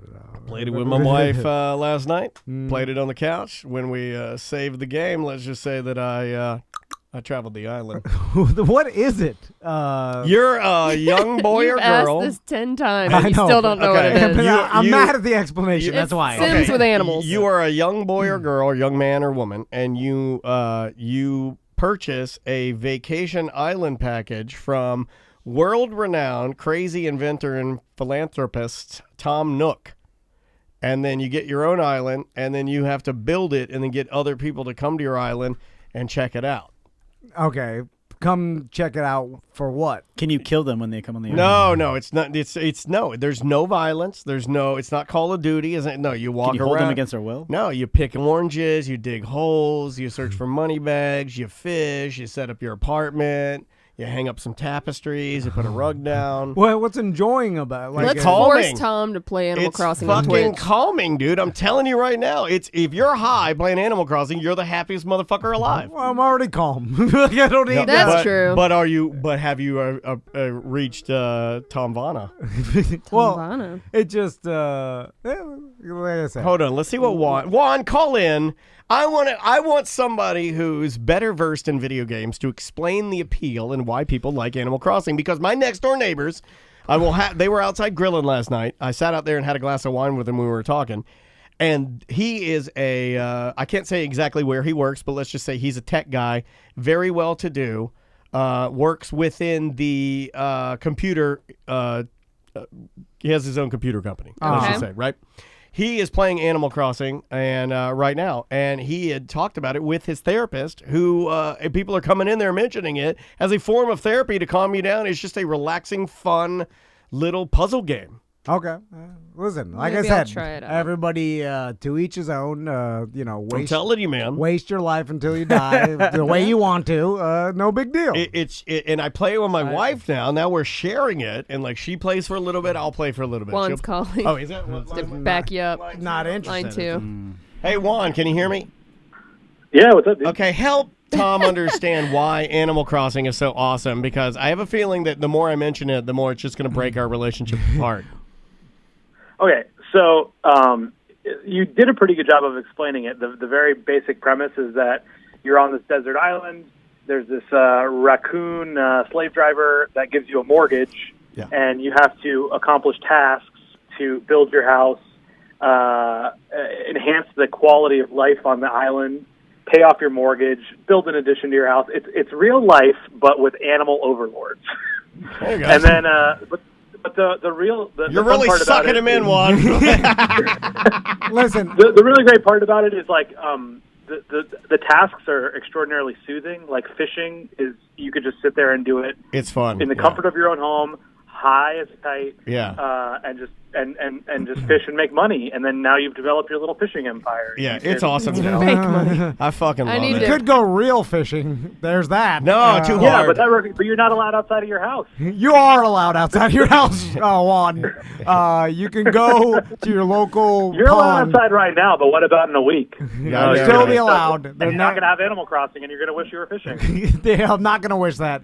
It goes back to my buddy the Wizard made a joke about SimCity back when SimCity first came out. Like I'm talking about early 2000s, late 90s, and he was like, it seems like we're moving towards a world where someone is going to be on their computer taking out the virtual trash in their house. Meanwhile, the real trash is behind them over flowing. They live in squalor. But Dude, SimCity's been around since 1989. Whoa! Oh my God! What the hell? I didn't know that. It's just like you're doing things virtually. Yeah, but these are but weird not experiencing things. life. These are weird things. Like the whole element. I got to tell you, Juan, the thing that I like the most about this dumb game might surprise you. I actually enjoy the knowledge that Blathers the owl will tell me when I have him analyze one of my fossils, and then I donate it to the museum for him to put on display for the people of the island, which in turn increases everybody's happiness on the island because I'm giving them things. But then he'll give you facts, like real-time facts.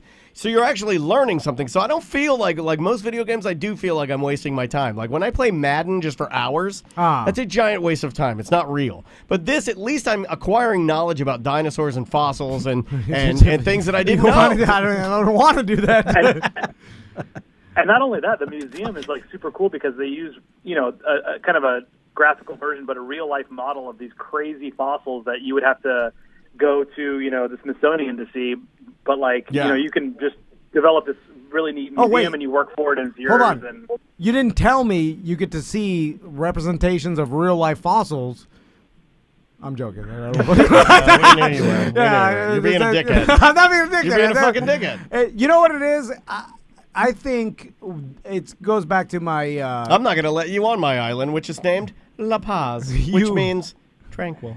The peace, I believe the Spanish call it. I have this theory that, the green dress, blue dress, or what are the gray, blue and gold. Blue and gold. What do you mean, like Yorl and blue? Yanni? Yeah. Laurel and Yanni? It's the same concept as that, but the Yanni. The dress thing.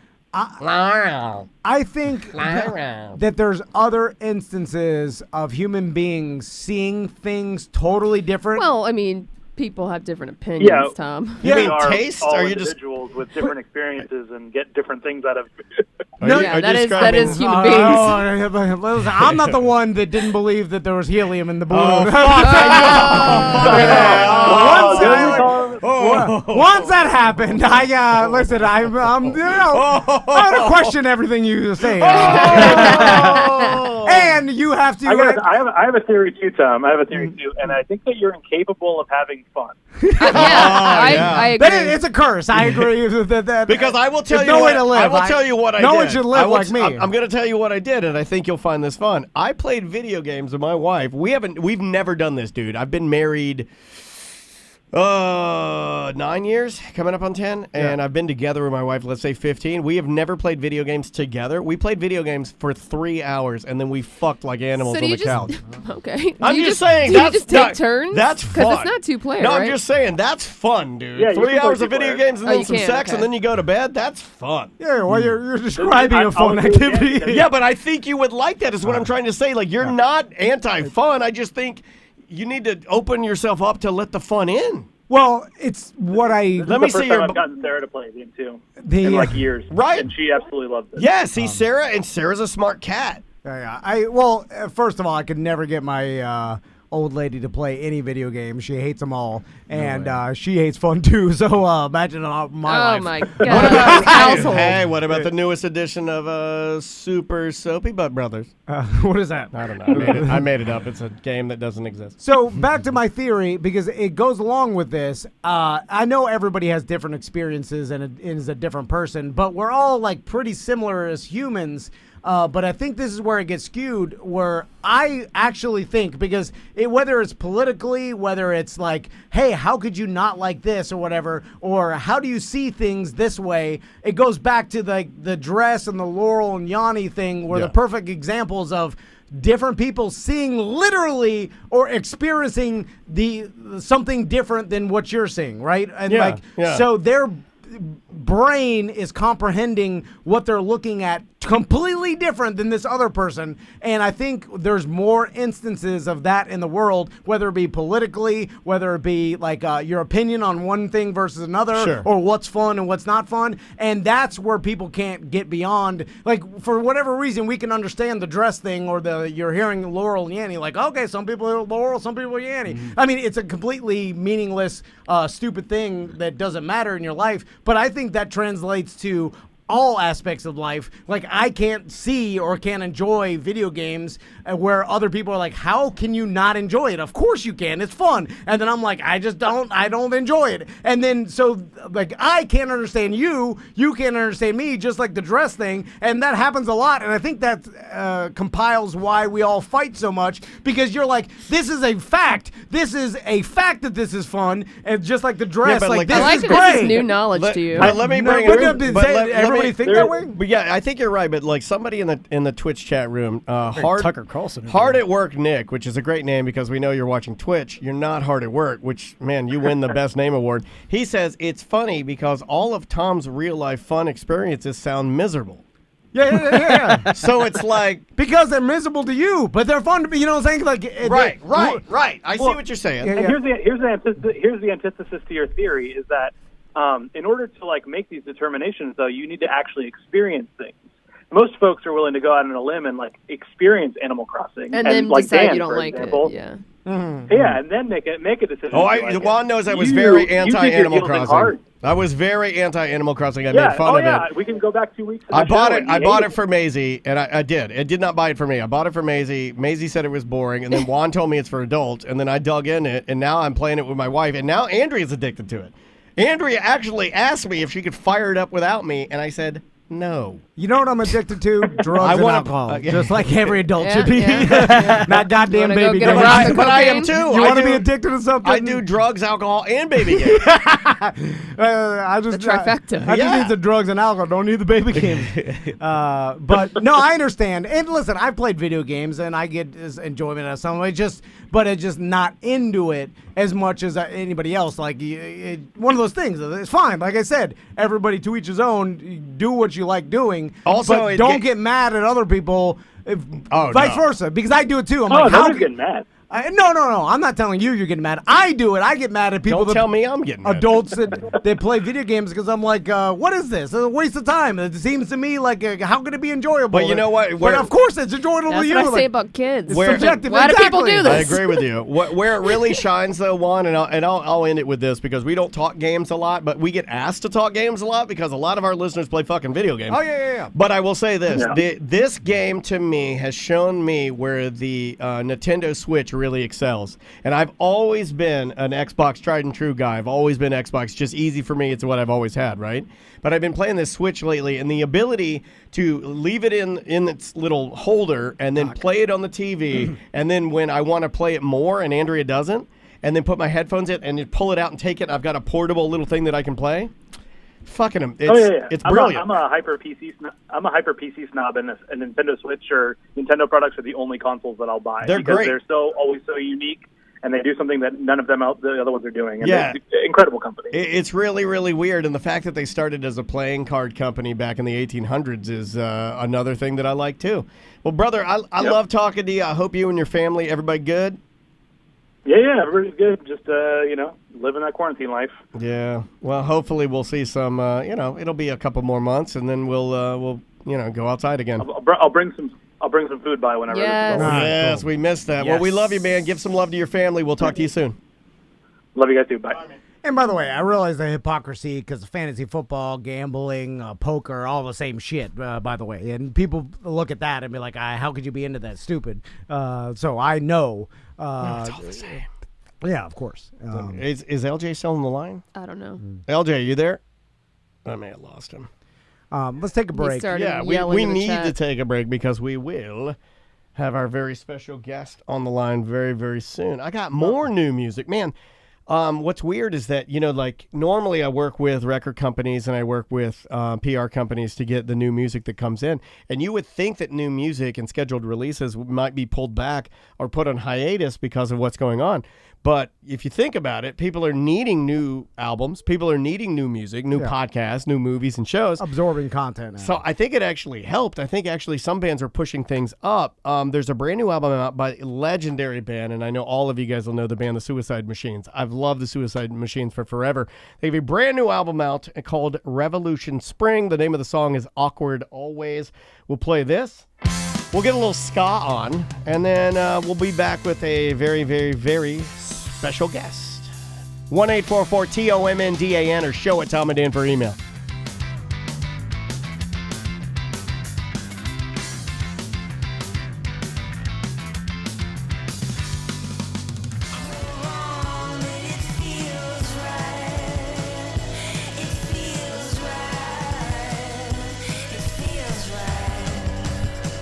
Welcome back to A Mediocre Time with Tom and Dan. I'm Dan. Tom. Samantha, our producer's here. Butler on sales is drinking a beer with me.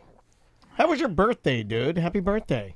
It was good. It was quiet, I mean, it was a quarantine birthday. Yeah, I kind of feel like all of our birthdays. I mean, I got mine coming up in June. Mine's at the Maisie's end of is this in month. June. Yours is the end of this month. You got lucky because you squeaked in a little bit of one right before the shit hit the fan. I mean, literally, I would have done nothing different. I'm supposed to go. stayed at home. Yeah, it's no fun van, I didn't so do I anything. didn't do I'm anything. supposed to go to the DR, and I don't think that's going to happen. I think that's going to be I doubt it. canceled. Yeah. You know, I've Was already that June 12th. I've already scrubbed it. Like in my mind, I've already scrubbed it because I don't want to get my hopes up. We're supposed to stay at the Nickelodeon Resort for my daughter and we always combine our birthday into hopefully a little travel thing. Who knows? I'm the 12th, she's the 15th, and at that time, I mean, Not no to jump one the gun knows early, anything. Jen and I are possibly looking at postponing our trip in September. I mean, we have no idea what's going on. I have no idea. You got to kind of plan it out accordingly. Everybody's just in a holding pattern, just doing the same thing. It's like I said, the interesting part is that everybody in the world is literally doing the same thing, which I've never ever seen or experienced before. I mean, maybe someone that's still alive that experienced like World War II or something where it's a world, literally a thing that affects the entire world. But even that, there was countries that pretty stayed out of it, and they're like, I'm like, but that's not the case here. So it is crazy. I heard a story about even Mount Everest. They closed down because of the coronavirus. Not the China side, actually. China's resumed climbing today. Yeah. Someone just I heard that story that someone just hit the peak. Or we listen to NPR together. Don't yeah. But I found it interesting. Like, they're becoming one person. Won't play Animal Crossing, but they'll shove some NPR up their liberal asses. Even I'm just trying to get. I want to get you so Did bad. you just yell out Mount Everest? Mount Everest! Mount Everest! I'm saying, even Mount Everest is. He's got a brain tumor. Let's talk about eggs. You were on the hunt for eggs, but you couldn't find them. There were. Butler's got egg Did you sticks. find some? You got eggs? What? Oh, she's talking about The my egg sticks. No, but I am getting you eggs today, though. I'm going to the farm today. I got I'm plenty getting of you eggs. Go to the farm today. You don't want my farm fresh eggs? Oh, you told him. him, but You guys had told a me whole to get conversation. them. You begged him to get You're your like, farm my fresh. son's eating a lot of eggs. Go ahead and give me the eggs. They're right there in Publix. I told They you got that. restocked, yeah. You told me I can't find eggs. I go, there's shit tons of eggs over there. There was one point at the Castleberry Publix at a. Oh, Yeah. don't go to Castleberry I'm going to Publix. throw your fucking eggs at your house then. Castleberry Publix, you open all the eggs are just those candy Kinder eggs because the children are all dirt rats. It's a shitty American version, though. So, what is the pauses video? I know we're gonna do. You want me to 'cause I don't play know it? No, it's awesome. Yeah, let me pull this up real fast. I'm not sure. I guess So we're gonna be local able to band, call the in. pauses. Yeah. Sam, you explain it while I pull it up real quick. So there's a local band, the pauses. We've had them in before on a corporate time. And there's actually a lot of bands doing this where they're making videos, and do you purchase the song or the video? I think you. There's a link basically to purchase, I believe, the song, and it all goes to charity. I'd have to pull up I should the have actual. had this set up. Okay, I gotta address something real fast. Farts just keep falling out of my butt, and it's Oh when my I move. God. That's what an old man does, or an old dog. Okay, well, I'm there. He's leaving cabinets open too. Yeah, it's just happening. Like, I'm not trying to fart, but that's 2 farts that I've cranked out. Got a loose butthole. Yeah, I think I have a loose butthole. Is it from the... You got to do exercises. It's from the beer can shits. Do I need to do kegels? Yeah. It's something, but I think as you age, Ease up on the pegging, bro. I don't peg. I've never pegged. You just start farting by accident. Would you guys be open to pegging? No, I No. won't. Hard no. I don't think I could. I don't know this for a fact. I've never done it, but seemingly not interested in putting anything in my butt. Your G-spot's back there. Yeah, I've put a suppository. Not that good. How far'd you go, bro? Yeah, you gotta keep pushing. It didn't seem enjoyable. You're sharing your screen, Dan, just so you know. I am. I'm supposed to be. Also, Okay. I'm putting the pauses video on, right? I mean, here we're playing. I just making sure you didn't have any no. porn stuff on there. No, I don't keep. I close all my porn before we do the show. Here we go. So they're doing these videos live from quarantine. Friends of the show, local band The Pauses, and they recorded all of this separately and then put it all together in this amazing video. Oh, that's cool. You'll know the song. Yeah. They're calling it Quarantunes. Love it. And they're all on Zoom, but separately and then playing together. You gotta wait for the chorus, though. They're going to do one cover song a week, highlighting a different charity that they think that people should support. And this week's charity is what? This week's charity, Music Cares. Yeah, we got a little Pee Wee Herman doll on the backing vocals. Yeah, with this, people are figuring out love different it. ways to, still produce content, put out stuff. Humans are so resilient, right? I mean, we'll figure out anything. We'll adapt to any situation. It'll be rough at first, but you fall into the norms and your regular schedule or whatever that is. Oh, yeah. It's and I think like psychologists have said that human beings and the way our brains work, we can adapt to situations pretty quickly, and then it falls into what is normal to us. I'm almost like Aaron Hernandez. I've gotten very comfortable with my quarantine life. Well, for some, I was like, what the fuck? You're gay? Well, some people are okay with it. It's just chill. Like, honestly, I've Might be adapted into very well to pegging more being than you quarantined think. in my house. No, but honestly, like some people are okay with it, and then some people are like honestly like freaking the fuck out. Yeah. My parents are having a hard time with it, but I mean, I'm... and I'm not, like I would imagine just based on how we are, like I think you and Crystal, just by design, because you guys like to go and like to travel, would have a harder time with it than I would, because I don't. Yeah. Well, she's having a hard time because she hasn't left the house because the kids. Yeah, that'll get And you. Sam and I will have an easier time than both of you guys because we don't have children Right. and we have like personal space and it's easier for us to Yeah. separate. Correct. Yeah. I get no. I don't know about you, but I get like when it's me and Maisie, it's like there's no such thing as like her not talking to me. Oh, of course. Yeah. It's a fucking constant thing. That's one of the only benefits of having two is that my boys will just play with each other, talk to each other in the other room, and that they'll keep each other company and literally play for hours. But Caesar gives me a little bit of a buffer, but I do feel really bad for him and his 15-year-old bones because he's just getting tugged on and pulled on and smushed and dressed up in a Superman cape, then a Batman cape, then a Wonder Woman cape, then A lot of capes. Yeah, then makeup, then dream house, then under the bed, then on top of the bed, then inside the stuffed animals, then out of the stuffed. It's just it's constant. Tom in the chat, Little Grifton Jessie wants you to pay her $8,000. Bro, what? Because she said, remember when she was on Corporate Time last time, you bet her $8,000 that she wouldn't put the pool back The up? pool looks great, It's by back, the way. it's back never up looked and running. better. It's never looked better. She did a photo shoot. I saw a picture of her. She's got to stay out of the damn sun. She is sunburnt to hell. But I saw her she did a photo shoot where she had like a sexy bathing suit on, and then she had a raft with a White Claw in each hole. each hole.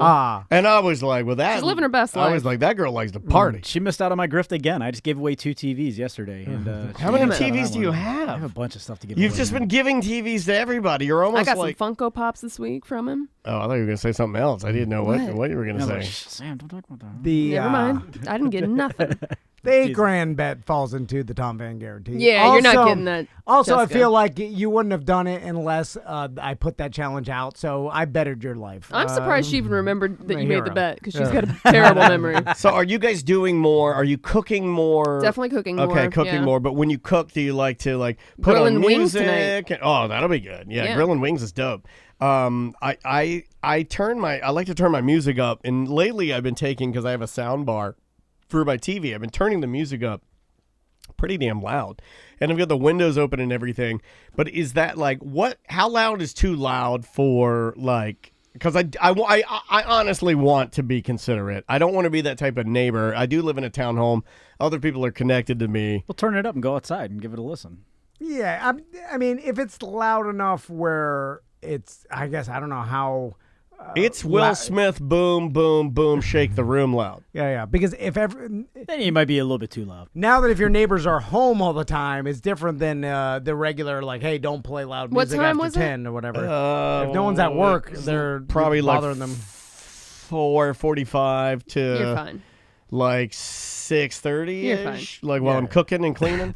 Although Baldwin might have a earlier noise ordinance because they're crazy here. Well, Baldwin is crazy here. Do you want me to read you what I yelled at the lady who almost killed me on my scooter? Yes, I do. Okay, let me dig into my Facebook here. I have to actually pull up because I had to make a note to remind myself what I actually yelled at the lady because I was so fucking mad that she almost hit me again. My neighbor drived up as Jen and I were walking the dog yesterday and yelled at us, but it was actually in joy. She had actually just gotten her medical card and just went to every single dispensary that she could possibly go to and bought as much as she possibly could. And she was just holding up bags. I'm like you, Butler. Now you got a Stony Baloney neighbor. I'm Stony Baloney. I love your bad house now. She's happy, yeah.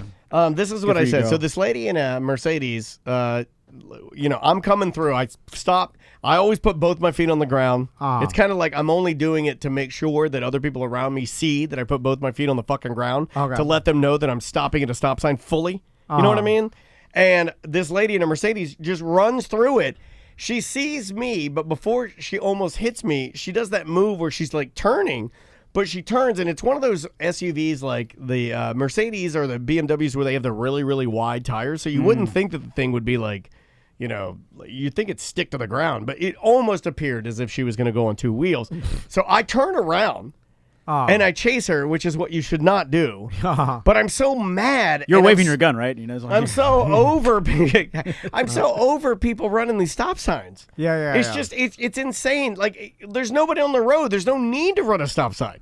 I think that's why they're doing this. I mean, I get it, but you're not going to go any faster. All you're doing is endangering yourself and other people. So this is what I said to her, and I wrote this down, and I wrote it down as soon as I got home. That way I could remember what to say. I said to her, in a screaming voice, I was screaming, I said, "You could have killed me, so please tell me what was so important." As I screamed to her, she said, Sir, you don't have to yell. I'm sorry. That I'm just doing the voice I heard. I'm not trying to be rude or anything. Whatever. I mean, there's plenty of people that talk like that. She said, "You don't have to yell. I'm sorry." I said, "Yes, I do need to yell. That's your problem. No one yelled at you enough for making stupid and huge mistakes and being selfish and doing what you want. You are a trash person because no one yelled at you. You need to be yelled at. There's a small part of me that wishes you had killed me so you and your family's life would be ruined forever and you'd have my blood on your hands, you trash person. Now get out of here." I love calling people trash person. Was that too harsh? No. No, you're fine. People need shaming, right? Tom's all about the shame. Tom is about the shaming. You got to shame them. Now you have a lifelong feud, though, because throwing out trash person, that is a lifelong feud. Is trash person... It's for life. You hate that. For life. Now, what I failed to think about is that she then had pulled into her parking spot, which is, right next to the studio. And I will see this woman every day now for the rest of my life. And she had that accent? Be scared. That means she has a big family. That's the problem, because now every time you see this, it's awkward and hey, whatever. Remember me? Yeah, she was in the one. She was definitely in the wrong. But I was so angry because I really do feel like people are taking advantage of the bad situation that we're in right now.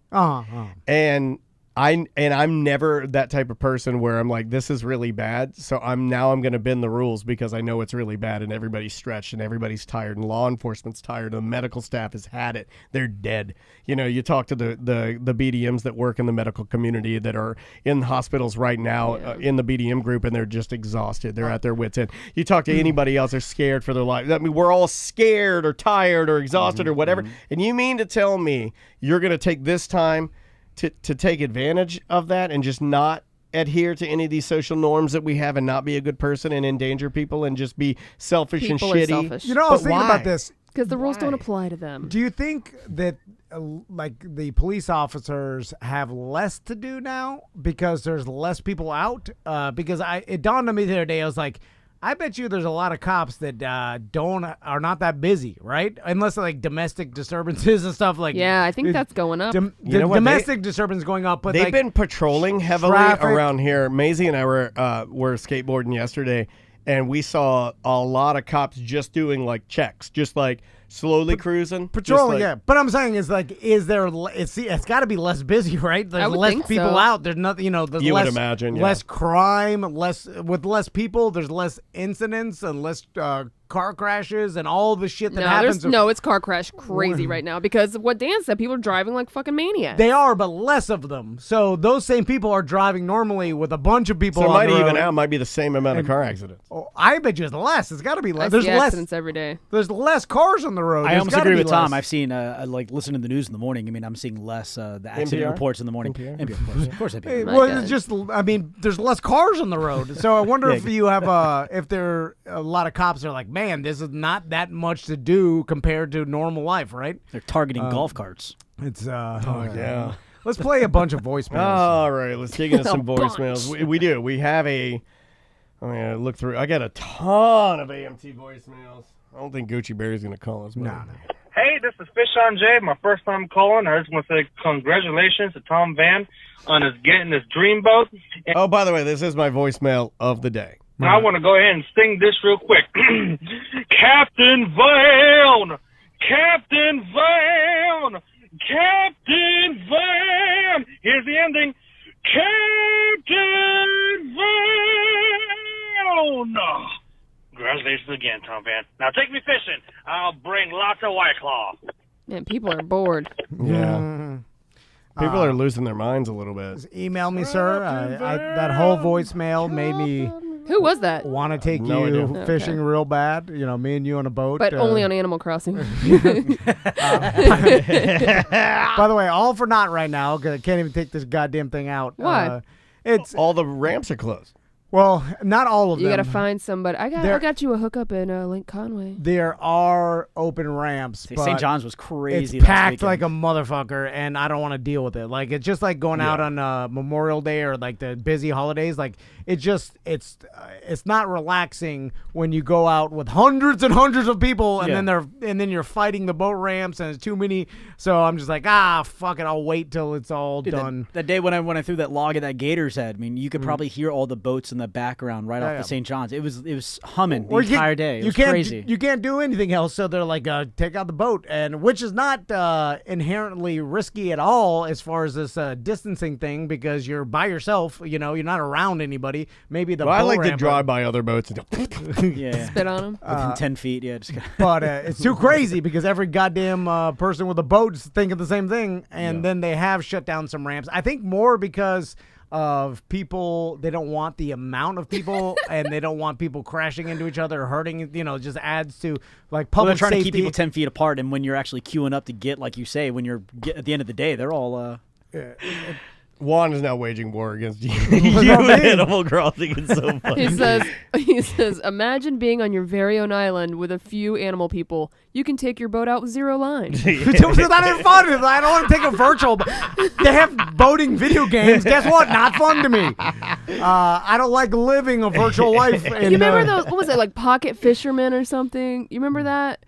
Oh, game? the Ron Popeil Pocket Yeah, Fisherman. I that bought was those. fun. I bought those for everybody. Do you remember that? I didn't Were you get on one. the show? I didn't get a Pocket I bought Fisherman. everybody. I bought Ross and you and me. Well, now I'm mad. A Ron Popeil. Look up the Ron Popeil Pocket Fisherman. I still have one left in the box. That was one of the best stocking stuffers I ever got. Dude, it actually works. They're fun. Yeah, it's totally fun. Let's try this one. This is Tamagotchi for fucking fishing. Yeah. Lake fishing is pretty boring. You just do it in Lake Baldwin. Yeah, it's just like kill some time.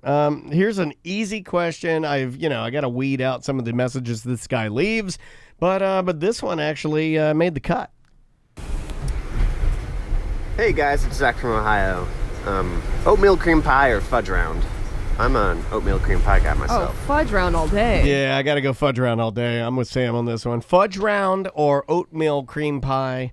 He's obviously talking about the two Little Debbie treats. I don't really eat like that anymore. Like, even what we ate today, I don't eat like that really anymore, and I have diarrhea knocking at the door. I can feel it. It's right there. Put a fudge round in the fridge. Oh, it's a good time. I It haven't all had a depends. Little Debbie in years. Is it a tea or coffee? What you having? You know, I mean, it's I'm a dunker, so it's a oatmeal raisin. I'm gonna go with a cup of tea. The fudge round, that's a coffee treat right there. Bubba knows oatmeal. He's a snack man. But oatmeal raisin. Now, Little Debbie, correct me if I'm wrong. The raisin pies were like a softer cake. Had a cream on the inside. Yeah, they're good. And then the oatmeal cream pies was the oatmeal cookies on the outside. Fudge round though. It not only does it have Star Crunch free Star free the Crunch world. is good. I Yeah. do like a Star Crunch, but is that just a chocolate flavored Rice Krispie treat? Well, it's with got caramel. caramel.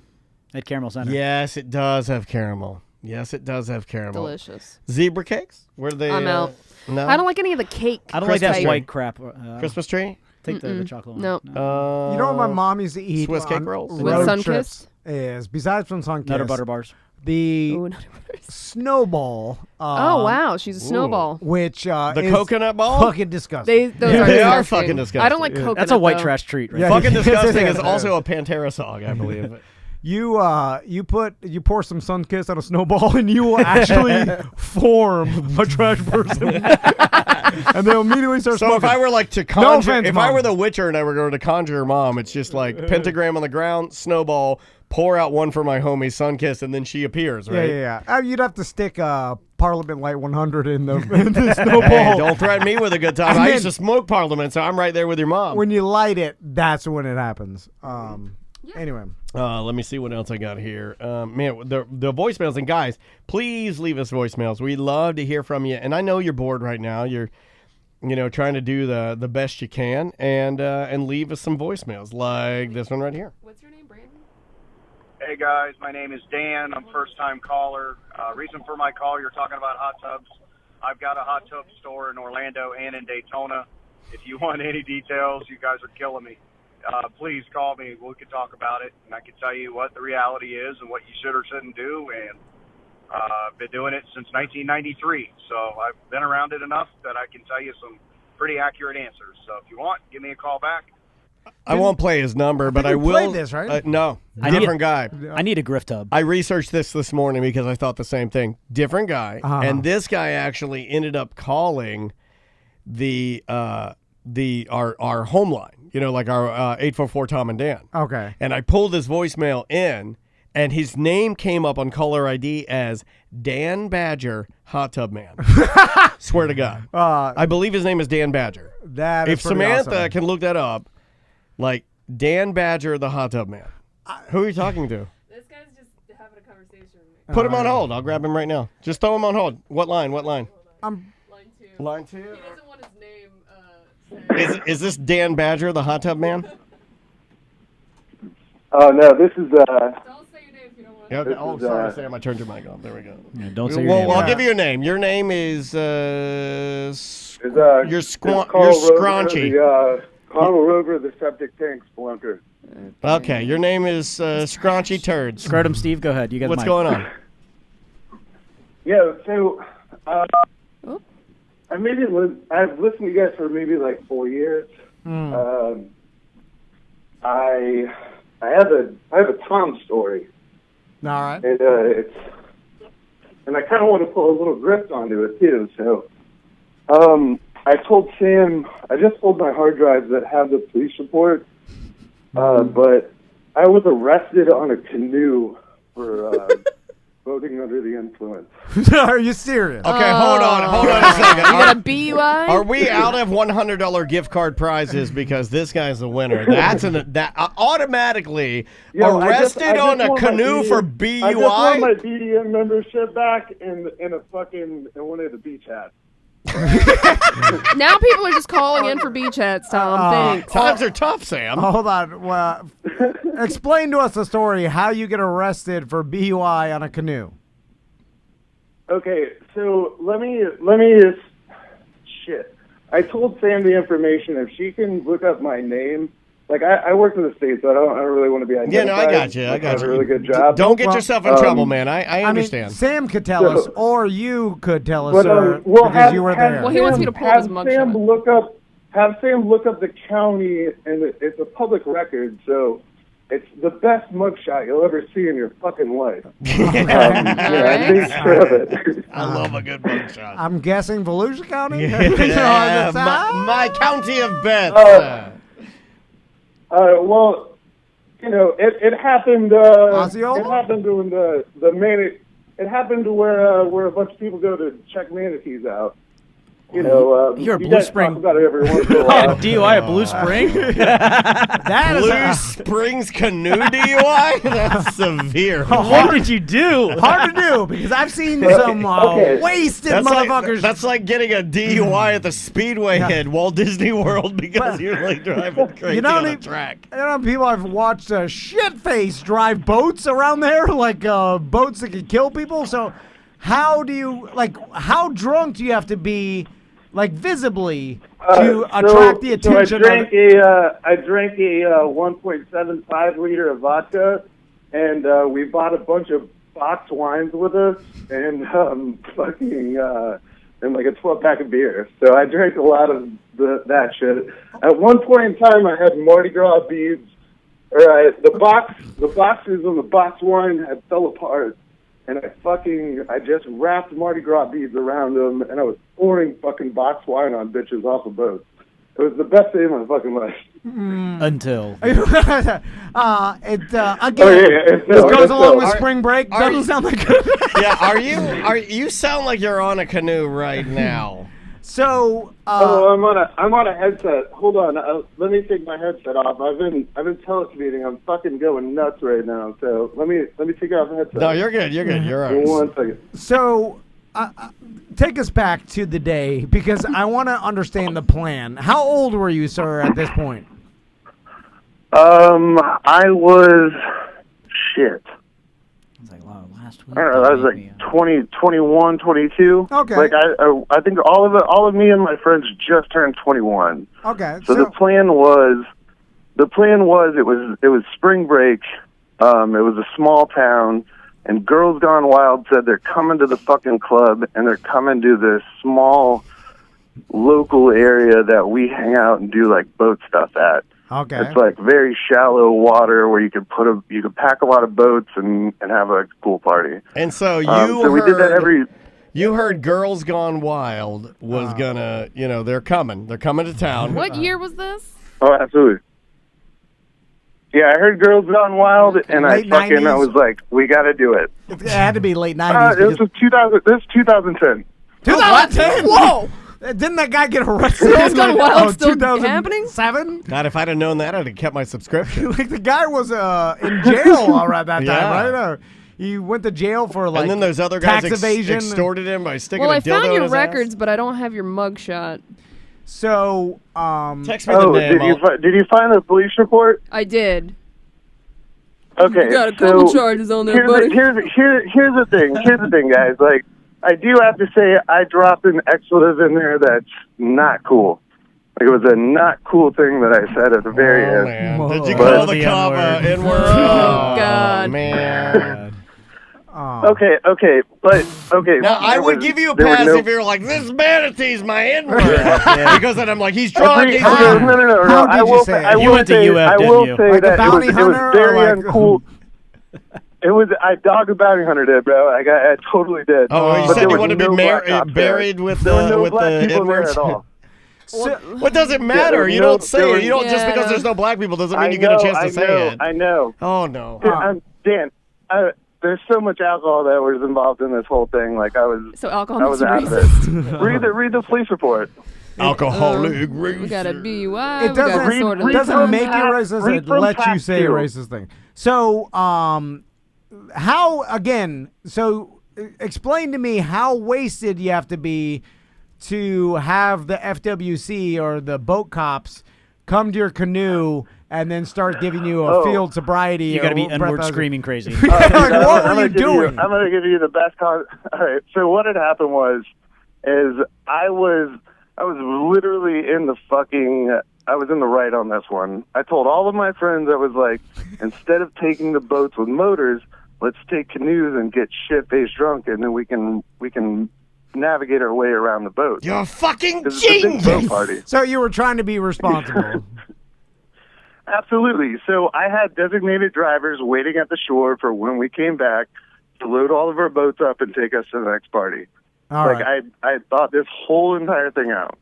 All right. Well, You do sound like a master planner. You sound like a bit of a mastermind to me. I've got the Tom Van plan all day long, bro. Like I connect with you. Tom never has a plan. He's no plan van. He does yell the N-word on boats. Yeah. My plan is to get blacked out on this canoe and yell N-word. That's my number one plan. I don't know. Sounds flawless. Okay, so at the end of the day, I had a friend of mine that was on my canoe that I brought with me who decided it was a good idea to wear trip pants on a canoe, which is like the pants with all the fucking chains hanging off of them and shit like that. Jesus Christ. Like German techno dancing pants where they have the goggles on their head and the dreads? Absolutely, yeah. Okay, German. So your friend, so you're on a canoe and you brought a friend who's wearing German techno pants. What'd you call them? Chain pants? Yeah. So as soon as he hits the water, he's going to drown. But thank God we were in like pretty shallow water for most of the day. We'll put hooks on it and make some catch some fish. You could try, but keep going, sir. We were there to catch fish. So tell me the part where the cops come and get you. All right, so we're out of the shallows and they're checking IDs. I bring my ID up voluntarily just to get over with the process. Also very drunk at this time. This is fast forward for a couple hours. The cops go tell me to go fuck off, and they'll ask me for my ID if they want it. And I'm like, well, shit, that's crazy. Is that what they said, or is that what you heard? And so all that, it starts raining at one point, and it looks pretty nasty. So we're like a mile and a half from where we really need to be. So I get my cell phone out. We call the people up. They come and grab the cars, and they bring them to the place, and they come to pick us up. Well, we're on our way. My buddy has been taking fucking pills and drinking Four Locos all day. So he's like... Now I kind of want to hear what he's saying. When he finally starts telling I'm trying to, like, paddle through the fucking water. And at the end of the day, like, he ends up going, like, quit rocking us back and forth, and tips us over. Did the cops slam you to the ground? I need to know. So now you're tipped over. What? Don't power through! Power through!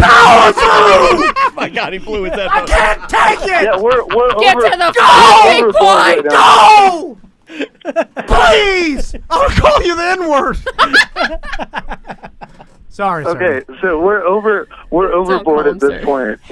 We're overboard. He's drowning. He has these chains on his pants. He can't swim. So he's drowning. I'm cool. Like I'm trying to. It's a cucumber. It's my stepdad's canoe. So it's fuck! And I'm trying to bail it out underwater, and I'm like trying to swim it upwards, in maybe like 40 feet of fucking water. It's not happening, and he's drowning, and I'm like, do I save my friend or do I save this fucking canoe? And I was trying to save the canoe. And I told him, I was like, hold on to the fucking cooler. And so he's bobbing around on one of those cube coolers, and all of a sudden, this fucking goddamn, if you don't believe in God or whatever, fucking the shrimp boat comes fucking. Hold on, what? Shrimp boat? There's no shrimp I thought boat. you were in a... Where are you? Just tell me! Tell me! I know the waters of Florida. Where the hell are you? I don't think he knows where he was. Yeah. It's an hour and a half. It's Crystal River. Okay, all right, there it is. You're a Crystal River. There's a goddamn shrimp boat, and then so your canoe is upside down. Your buddy with the chain pants is struggling to swim. He's holding onto a cooler. It's a complete shit show. Shrimp boat comes. What happens next? The shrimp boat the shrimp boat fucking goes and initially grabs him and pulls him out of the water and pulls the cooler out of the water. And they come over, and I feel like the hands of God behind me, and they start lifting me out of the water. And I'm like, no, motherfuckers, I can swim, save the canoe. And so they go in, and they're like two big black guys just pulling this fucking canoe out of the water. I thought there were no black people like, And then you say, look at those N-words, get that canoe. And then that's... No. I'm just saying... I'm saying that was a real fuck up, and I do I am remorseful about like dropping that word because like it's not a cool thing to say. Like I'm. Did they? I'm And not, they wrote You don't it have to in the convince us, sir. And they wrote it in the know that. police report. They wrote it in the police report. So what? Where's the Oh, they part where totally you get wrote it arrested? in the police Disorderly report. conduct. So you No, what did they say in the police report? Like, how did you use it though? You shouldn't be. Come on, man. Well, no, Oh, okay. Well, no. That's why you have to read the police report. So what? Let me finish the rest of the story and then read. I don't know if we read have enough some time. past Yeah, history. I mean, everybody. You take it I'll too be long. real with you. The Twitch chat room, You just- everybody They're here is sick. exhausted. I screamed at you. You couldn't get to the end. Yeah, you couldn't just tell we're me. exhausted. Yeah, You've yeah. exhausted all us. right. Wait, What hold on, happened? bring him What down. happened? Bring him I told- down. I- Just bring him down. I can't No, take anymore. okay, Please, so all the the way, way all the I way. use it- Off. No, I can't take it. What is it? Why, when you're screaming, just tell me. Tell me. What is he hearing? He is wasted. So okay, there's he's blacked that. out. Yeah. You got Also, the Trump swoop thing. I like your hair right now. So My God. aggravated. Yeah, you look like Baby, baby, baby, baby, baby. Titty. I'm just like, please tell me, when's the part where you get arrested? Yeah, And just tell us the arrest. He can't. Why? What is that? No, he wants to tell you every Painting a detail. beautiful landscape. Even after I'm screaming at him, tell me. We he's don't like, need to know well, about hold the on. shrimp boat. I got 15 more minutes of I the think- pre-show. I think what I find Here's more. the thing. I think He what I calls, was surprised I answered. He's like, whoa. Like, what the hell? What's the most And then he's like, I was interesting- going to email you this. I'm like, so just email it to Yeah, me. yeah. Well, no, I don't know if we can read that. What's surprising about this is that how much you hate this to me. It was almost like a dream. I mean, It's also ironic that you hate a long-winded person when you take forever. That's what I'm saying. Well, I think our own listeners would agree that I'm not anything like this guy. And if they did, Hot take. You're really Says he good at would. these volleyballs. well, if He's they, calling back. if they thought I He's was, back, baby. we would have no fucking listeners because I couldn't stand this guy's story. I'm sorry, Tom. By the way,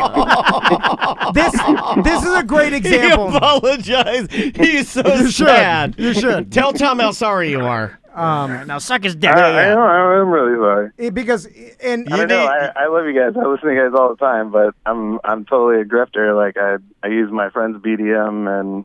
All right, Oh, hang yeah, on. no, You don't get yeah, a fucking yeah, hack. no, You're no, a piece of shit. That was a You're stealing the show. He's like, I use my friend's BDM. I'm a total piece of shit, but I love you guys. No. Thanks. You don't love us that much if you're stealing our content. I'm with Tom now. I'm with Tom. Well, I was with him when he said he And used we the never N-word. found out how we got arrested. God damn it. Well, my God, that's I was hoping they fantastic. like slammed him in his own canoe or something. That'd be hard to do, right? I could play out the rest of this whole scenario, but it's a good example because a lot of things are like this where you hear just the ending of a story or like the fact of the ending. Like, I get arrested for a BUI on a canoe. And you're like, what? Like, how does that happen? Because we're all thinking you were calmly paddling a canoe down a river and a And boat the cop's cop. like, hold on a second, you're swerving. Yeah. And a boat cop pulls Yeah. up and be like, hold on, I'm going to alcohol, like, I'm going to give you a field sobriety or a breathalyzer. And you're like, well, I was having a couple beers on my canoe, just minding my own business. And they're like, that's it, get out, BUI, you're going to suspend your Walk license. this kelp. So We're doing punch him up live right now. In our, Is he calling again? He's calling back, and also Nick is calling us, but I don't know which one's on which line because they're both ringing. Nick's on line 2. Pick up Nick. Fuck Brandon. He doesn't get to come back on the show. All right. Hey, Nick, what's up, man? Oh man, I'm back. Wrong line. Damn it, God. Nick.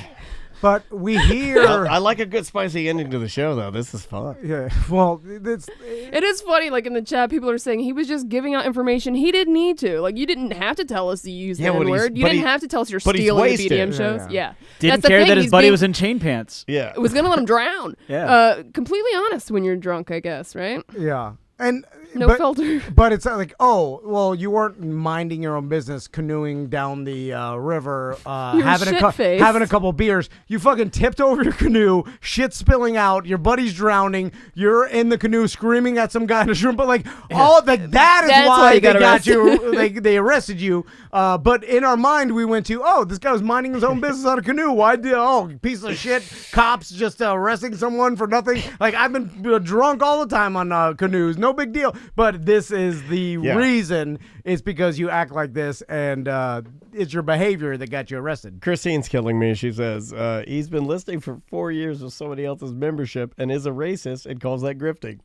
Yeah, stealing isn't grifting. That's not what grifting is. You want to do another voicemail? And he called to get a free hat. Yeah. You want to do a couple more voicemails? We'll get out of here because I know everybody's got to. I don't know what we're going to do this weekend, but we'll figure something out. Okay, now there are very few times during the show where we hit on topics that just become things that become staples. I feel like within the Tom and Dan universe. One of them was the sit-stand debate. Such a big deal. It's been going on for years. But the recently, the one that, I had no idea this was a thing. I have never done this. I have never put a loaf of bread in the freezer, but apparently frozen bread is people are hot about this topic that Tom brought up because he fucking hates it. You guys are talking about freezing bread right now, and I actually freeze bread. I've done it my entire life. I'll freeze a whole loaf at a time, and then I pull it out. When I'm running low on bread, I'll have 4 slices left. I know, okay, time to pull out a loaf of bread from the freezer. And it's thawed out in about, I'd say, 10 minutes. The entire loaf is thawed out, and it's just like brand new, like you bought it from the store. You could not tell the difference. I don't believe it. It is kind of true. I don't believe that either. No. So if I go by as an experiment right now, and I'm serious about doing this. As long as you don't get freezer burn, you're good. I'll do it to talk about this on Monday or next Friday. I'll go and make buy sandwiches. I'm going to buy white wheat. That's the standard in my house. The old, Merito white wheat bread. Uh-huh. I'm going to buy 2 loaves. White wheat? Yeah, it's like wheat bread, but it's not got the same bleaching process as Wonder Bread or whatever. But it's not healthy bread. Yeah. It's so that it tastes better. White trash people could think that they're healthy. But they're still getting their sweet white bread. Yeah, because no Butler and I were talking, Butler can only have 2 types of bread in the house. We were talking about that this morning. Yeah. You can only have sprouted and sourdough. Sprouted and sourdough. Sourdough. He can only have sprouted and sourdough, which I feel very sorry for you because, having a regular piece of toast or a regular sandwich on regular bread is awesome. So I'm going to get 2 loaves. I'm going to eat one, and I'm going to put the other one in the... Well, actually, I could just get one and freeze it. Well, no, I need one to compare it to. So I'll get 2. I'll leave one out. I'll freeze one. Once it's frozen, the next day I'll take it out. That way I can get fresh on fresh, right? Yeah. Because I want to compare it as fresh as I possibly can. And then I'll see if the frozen bread has any type, because I'm afraid it's going to pick up all of the other odors and little nuances from inside the freezer.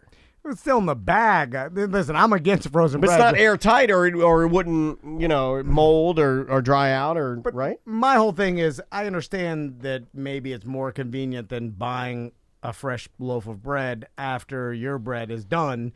But is it that much more convenient than, you know what I'm saying? I guess if it's the exact same, maybe. But my wife likes to freeze bread and then tell me to take the frozen actual pieces out and then toast them. My wife, we'll chisel them off like yeah. Take a knife and I'm frying off 3 pieces and I'm like, I refuse to do it. Every time she tells me, I'm like, absolutely not. I'm not doing frozen bread. I'm not eating it. My wife what makes if you all the freeze big a bucks, tomato? Does it get rid of the boogers? Never tried to freeze. I guess if you cut it, and then, but once it thawed, it won't be all squishy. But once you thaw it, the boogers are back. But you only half thaw it, and then you cut it up, right? The boogers I'm an are still experiment. there. It's frozen boogers. I just eat the boogers. Frozen boogers. By the way, on my sandwich today, tomatoes with boogers in it. I'm just saying. I think that's the way you're supposed to eat it. There was something in the Twitch chat room I wanted to read. Gee, guys, hold on one second. I wish this vegetable had more slime on it. That'll make it better. Fuck okra. Hold on. I'm going to find it. Or I'm not going to. Oh, some guy said I've got 2 loaves of Dave's in my freezer right now. Mm-hmm. That is not bread. Dave's whatever. Dave's gay bread, Dave's super bread, Dave's mustache porn star bread, Dave's sprouted bread, whatever the fuck that shit's called, that is not bread. Sprouted bread is not bread. It is bread. It's not bread. It's gross. It's a ball of veggies is what it is. And you want to, bread is supposed to be dry ingredients that have been combined with butter and milk. It looks like a loaf, what I'm eating. It looks like bread and it's sprouted grains. But it's not. That's not bread. I'm telling you, bread from the beginning of time, hundreds of years ago, bread was not some sprouted bullshit. That Dave's bullshit can eat a dick. Well, sure as hell want Wonder Bread either. It's the worst bread ever. It's so it's so thick. Sprouted grain for life. It's so it's too thick. I can't even eat a sandwich on it. I can't get through it. I got birdseed on it as a why do you Birdseed makes the best part. Why are you rolling in birdseed? Tactical said, coming from the guy who had a granola bar as a birthday cake. Shut up, Tactical. You eat fucking microwave meals. Oh my God. Nerd. All right. Okay. We're not going to talk about the TikTok naked challenge. Yeah, I sent you guys a Nutrition video fight. last night. It was fake. I agree with Daniel. Like, I called fake immediately. your husband jumped up and started walking as if he was a gold miner that found he was creeping up on a pile of gold. Like, I've never seen this gold before. Where's my moonshine? it's My precious. I equate it to all Chicken water. all the videos online where it's supposed to be like, hey, this is like a impromptu, I'm filming something he doesn't know. It's like, well, they're still aware that you're filming. It's similar to when in a reality show, the person answers the door and acts surprised. No, who's Doc like- Antle. Doc Antle does it in the Tiger King thing where he's like, "What do you want to do? Why don't you guys go around the front and come in, and I'll answer the door like I didn't." because he's used to I reality wasn't shows. expecting. Yeah, he knows the setup. Guess what? There's a cameraman behind the goddamn person answering the door. They know who's at the door, and it's all set up. It's the same thing with the TikTok challenge. Joke's on you. We Mm. videotape us having sex all the time on our phones. Whoa. So it's not weird. Don't put that Is out your there. code 69692? I'll be hack crazy until and then the fappening happens. We've got some. We got bubble butt over here. We got sex tapes over here. We got Bubble butt. There's people that know about computers that I'm Yeah, afraid of. Like yeah. I know that. Yeah, and like, I know that some of those people. I do refrain from telling people hack me. I bet you can't. Like, oh no. Yeah. I know That's you the can. one thing he doesn't The one do. thing he I does is know like, you FBI, come get me, cops, Yeah, come yeah. get me. I Well, will they're- never say hack. yeah. There are listeners that can get into shit, and I would have thought it was impossible, but from talking to our buddy Joe and the stuff that he knows how to do, I'm like, Oh, watch Mr. Robot. That'll Or the tell stuff you all that you need to or know. the stuff that he doesn't know what to do, and we don't even know a guy named Joe. Yeah. Just helping him out. Yeah. I just I'm like, oh, hacking is real and it can happen, Yeah, and it it's- doesn't take. It's not that hard. To people that know what. Yeah, how to they people do that it. know, I think you'd probably be surprised that we just got $100 from We Are Rock Stars. It's 100 diamonds at the dollar. Yeah, not $100. Thanks for $1. Yeah, thanks for And 90. just keep your dollar. I don't Thanks for want 99. Thanks for 99 cents. You Yeah. did nothing for with it. taxes and the Twitch takes. It's actually and- more of a hassle to have you in our chat room than the dollar. Then there's a transfer to the PayPal fee. Yeah, it takes forever. We get like 18 cents. It's like 90 days out. You or know what? whatever. Don't even want it. You know what? I I'll don't give it back to appreciate you. it. Hold on. Where's your Take it channel? back. Where's your channel so I can give it back to you? All right, let's get out of here. I had a lot of fun today. I needed some laughs. Anything to plug, or anybody need anything, or any concerns, or anything we need to address? BDM barbecue, I think that's done, right? Yeah, that had to Yeah, be postponed, canceled. That's done. That's done. For We'll, now. Every live event. yeah, everything is postponed done. for- What else? TomandDan.com for all things Tom and Dan. Immediately following this, I will put out the video and the show and get the best of scheduled for tomorrow. That ACT best of that everybody seems to be loving so much. This week was really, really funny, man. We've been going a little bit delirious and trying to get back into a rhythm, and I think we're actually achieving it. It's kind of hard. Today we were supposed to have, if things seemed a little weird at the end, or like why don't they have something planned? We like to plan out the segments of the show. We were supposed to have Gucci Berry call jinxed in. it by mentioning. Yeah, we should have never said No, it. that's me. That's my fault. I blame myself 1,000,000%. To I be hate- honest, the only reason I picked up that fucking phone call I because I was know. like, maybe it's Gucci Berry, and it was Yeah. some drunk guy telling us he's a racist. I know, and I kept checking my my Skype to see if he was going to Skype in. I also like that his manager told you'd give him the number, and I'll make sure he calls. He did text me. He's like, "Can we test this?" I should have just done phone number, and it No, seemed like man. I was like, "Oh, this guy knows technology, right? He makes his living on Instagram." No. He's not controlling that camera. No. Semantics. What's going on with semantics? We're recording tonight. Quarantine cast number 3. It's just me and my husband. We might have a Nice. couple people call in. That'll be fun. Calls are going okay? Yeah. Good. Maybe I'll call Tom randomly. You should. You can call me. He ain't gonna pick up. He's He's gonna Gucci Berry me. Call the house. Wait, call his wife. I do have Call his his wife's wife. number. Call his wife. She'll And talk to me. Talk to her and say, what is he doing wrong? And you'll have a whole show. That's true. Just let it roll. Oh man, I've been getting in fights crazy with Andrea lately. I jinxed it because I came in here. I was like, everything's pretty good. Like Monday or Tuesday, I was like, things are all right. Oh, Wednesday, Thursday, and hopefully I'll turn it around today. So Jen's been fussing at me. I'm just like, it's my birthday week. That Leave old me alone. excuse. Everybody try to do the naked challenge. I'm glad it's the beginning of the month and we're all fighting with our spouses. Well, I think it ebbs and flows because I get to a point where I'm like, nah, we can't do this. It's stupid. You know, like we already had that conversation. Then we started grinding on each other pretty hard and not in the good way. Bumping and grinding. Your best friend's calling back, Tom. The guy is back? All right. He's called like 5 times since we hung up on him last. Yeah, I mean, I'd go back to him, but I just think he's drunk. So, guys, TomandDan.com for all things Tom and Dan. Get the app if you want extra content. I'll be putting out video this afternoon. If you're not subscribed on YouTube, just go to YouTube, search Tom and Dan Live, and subscribe. It really helps us out. You'll get notified anytime I put up a new video. Twitch, if you're catching us live or you're listening to this, you've never caught us live, twitch.tv/TomandDanLive. Yep. Also, if you want to play poker for real money, bdmpoker.com. Nice. It'll explain how to do that, but I've seen a ton of BDMs playing lately. Some guy posted last night that he went on a run, won like $350. So you can check it out, like I said, bdmpoker.com. All right. There you go. We're out of here. See you later. Be safe.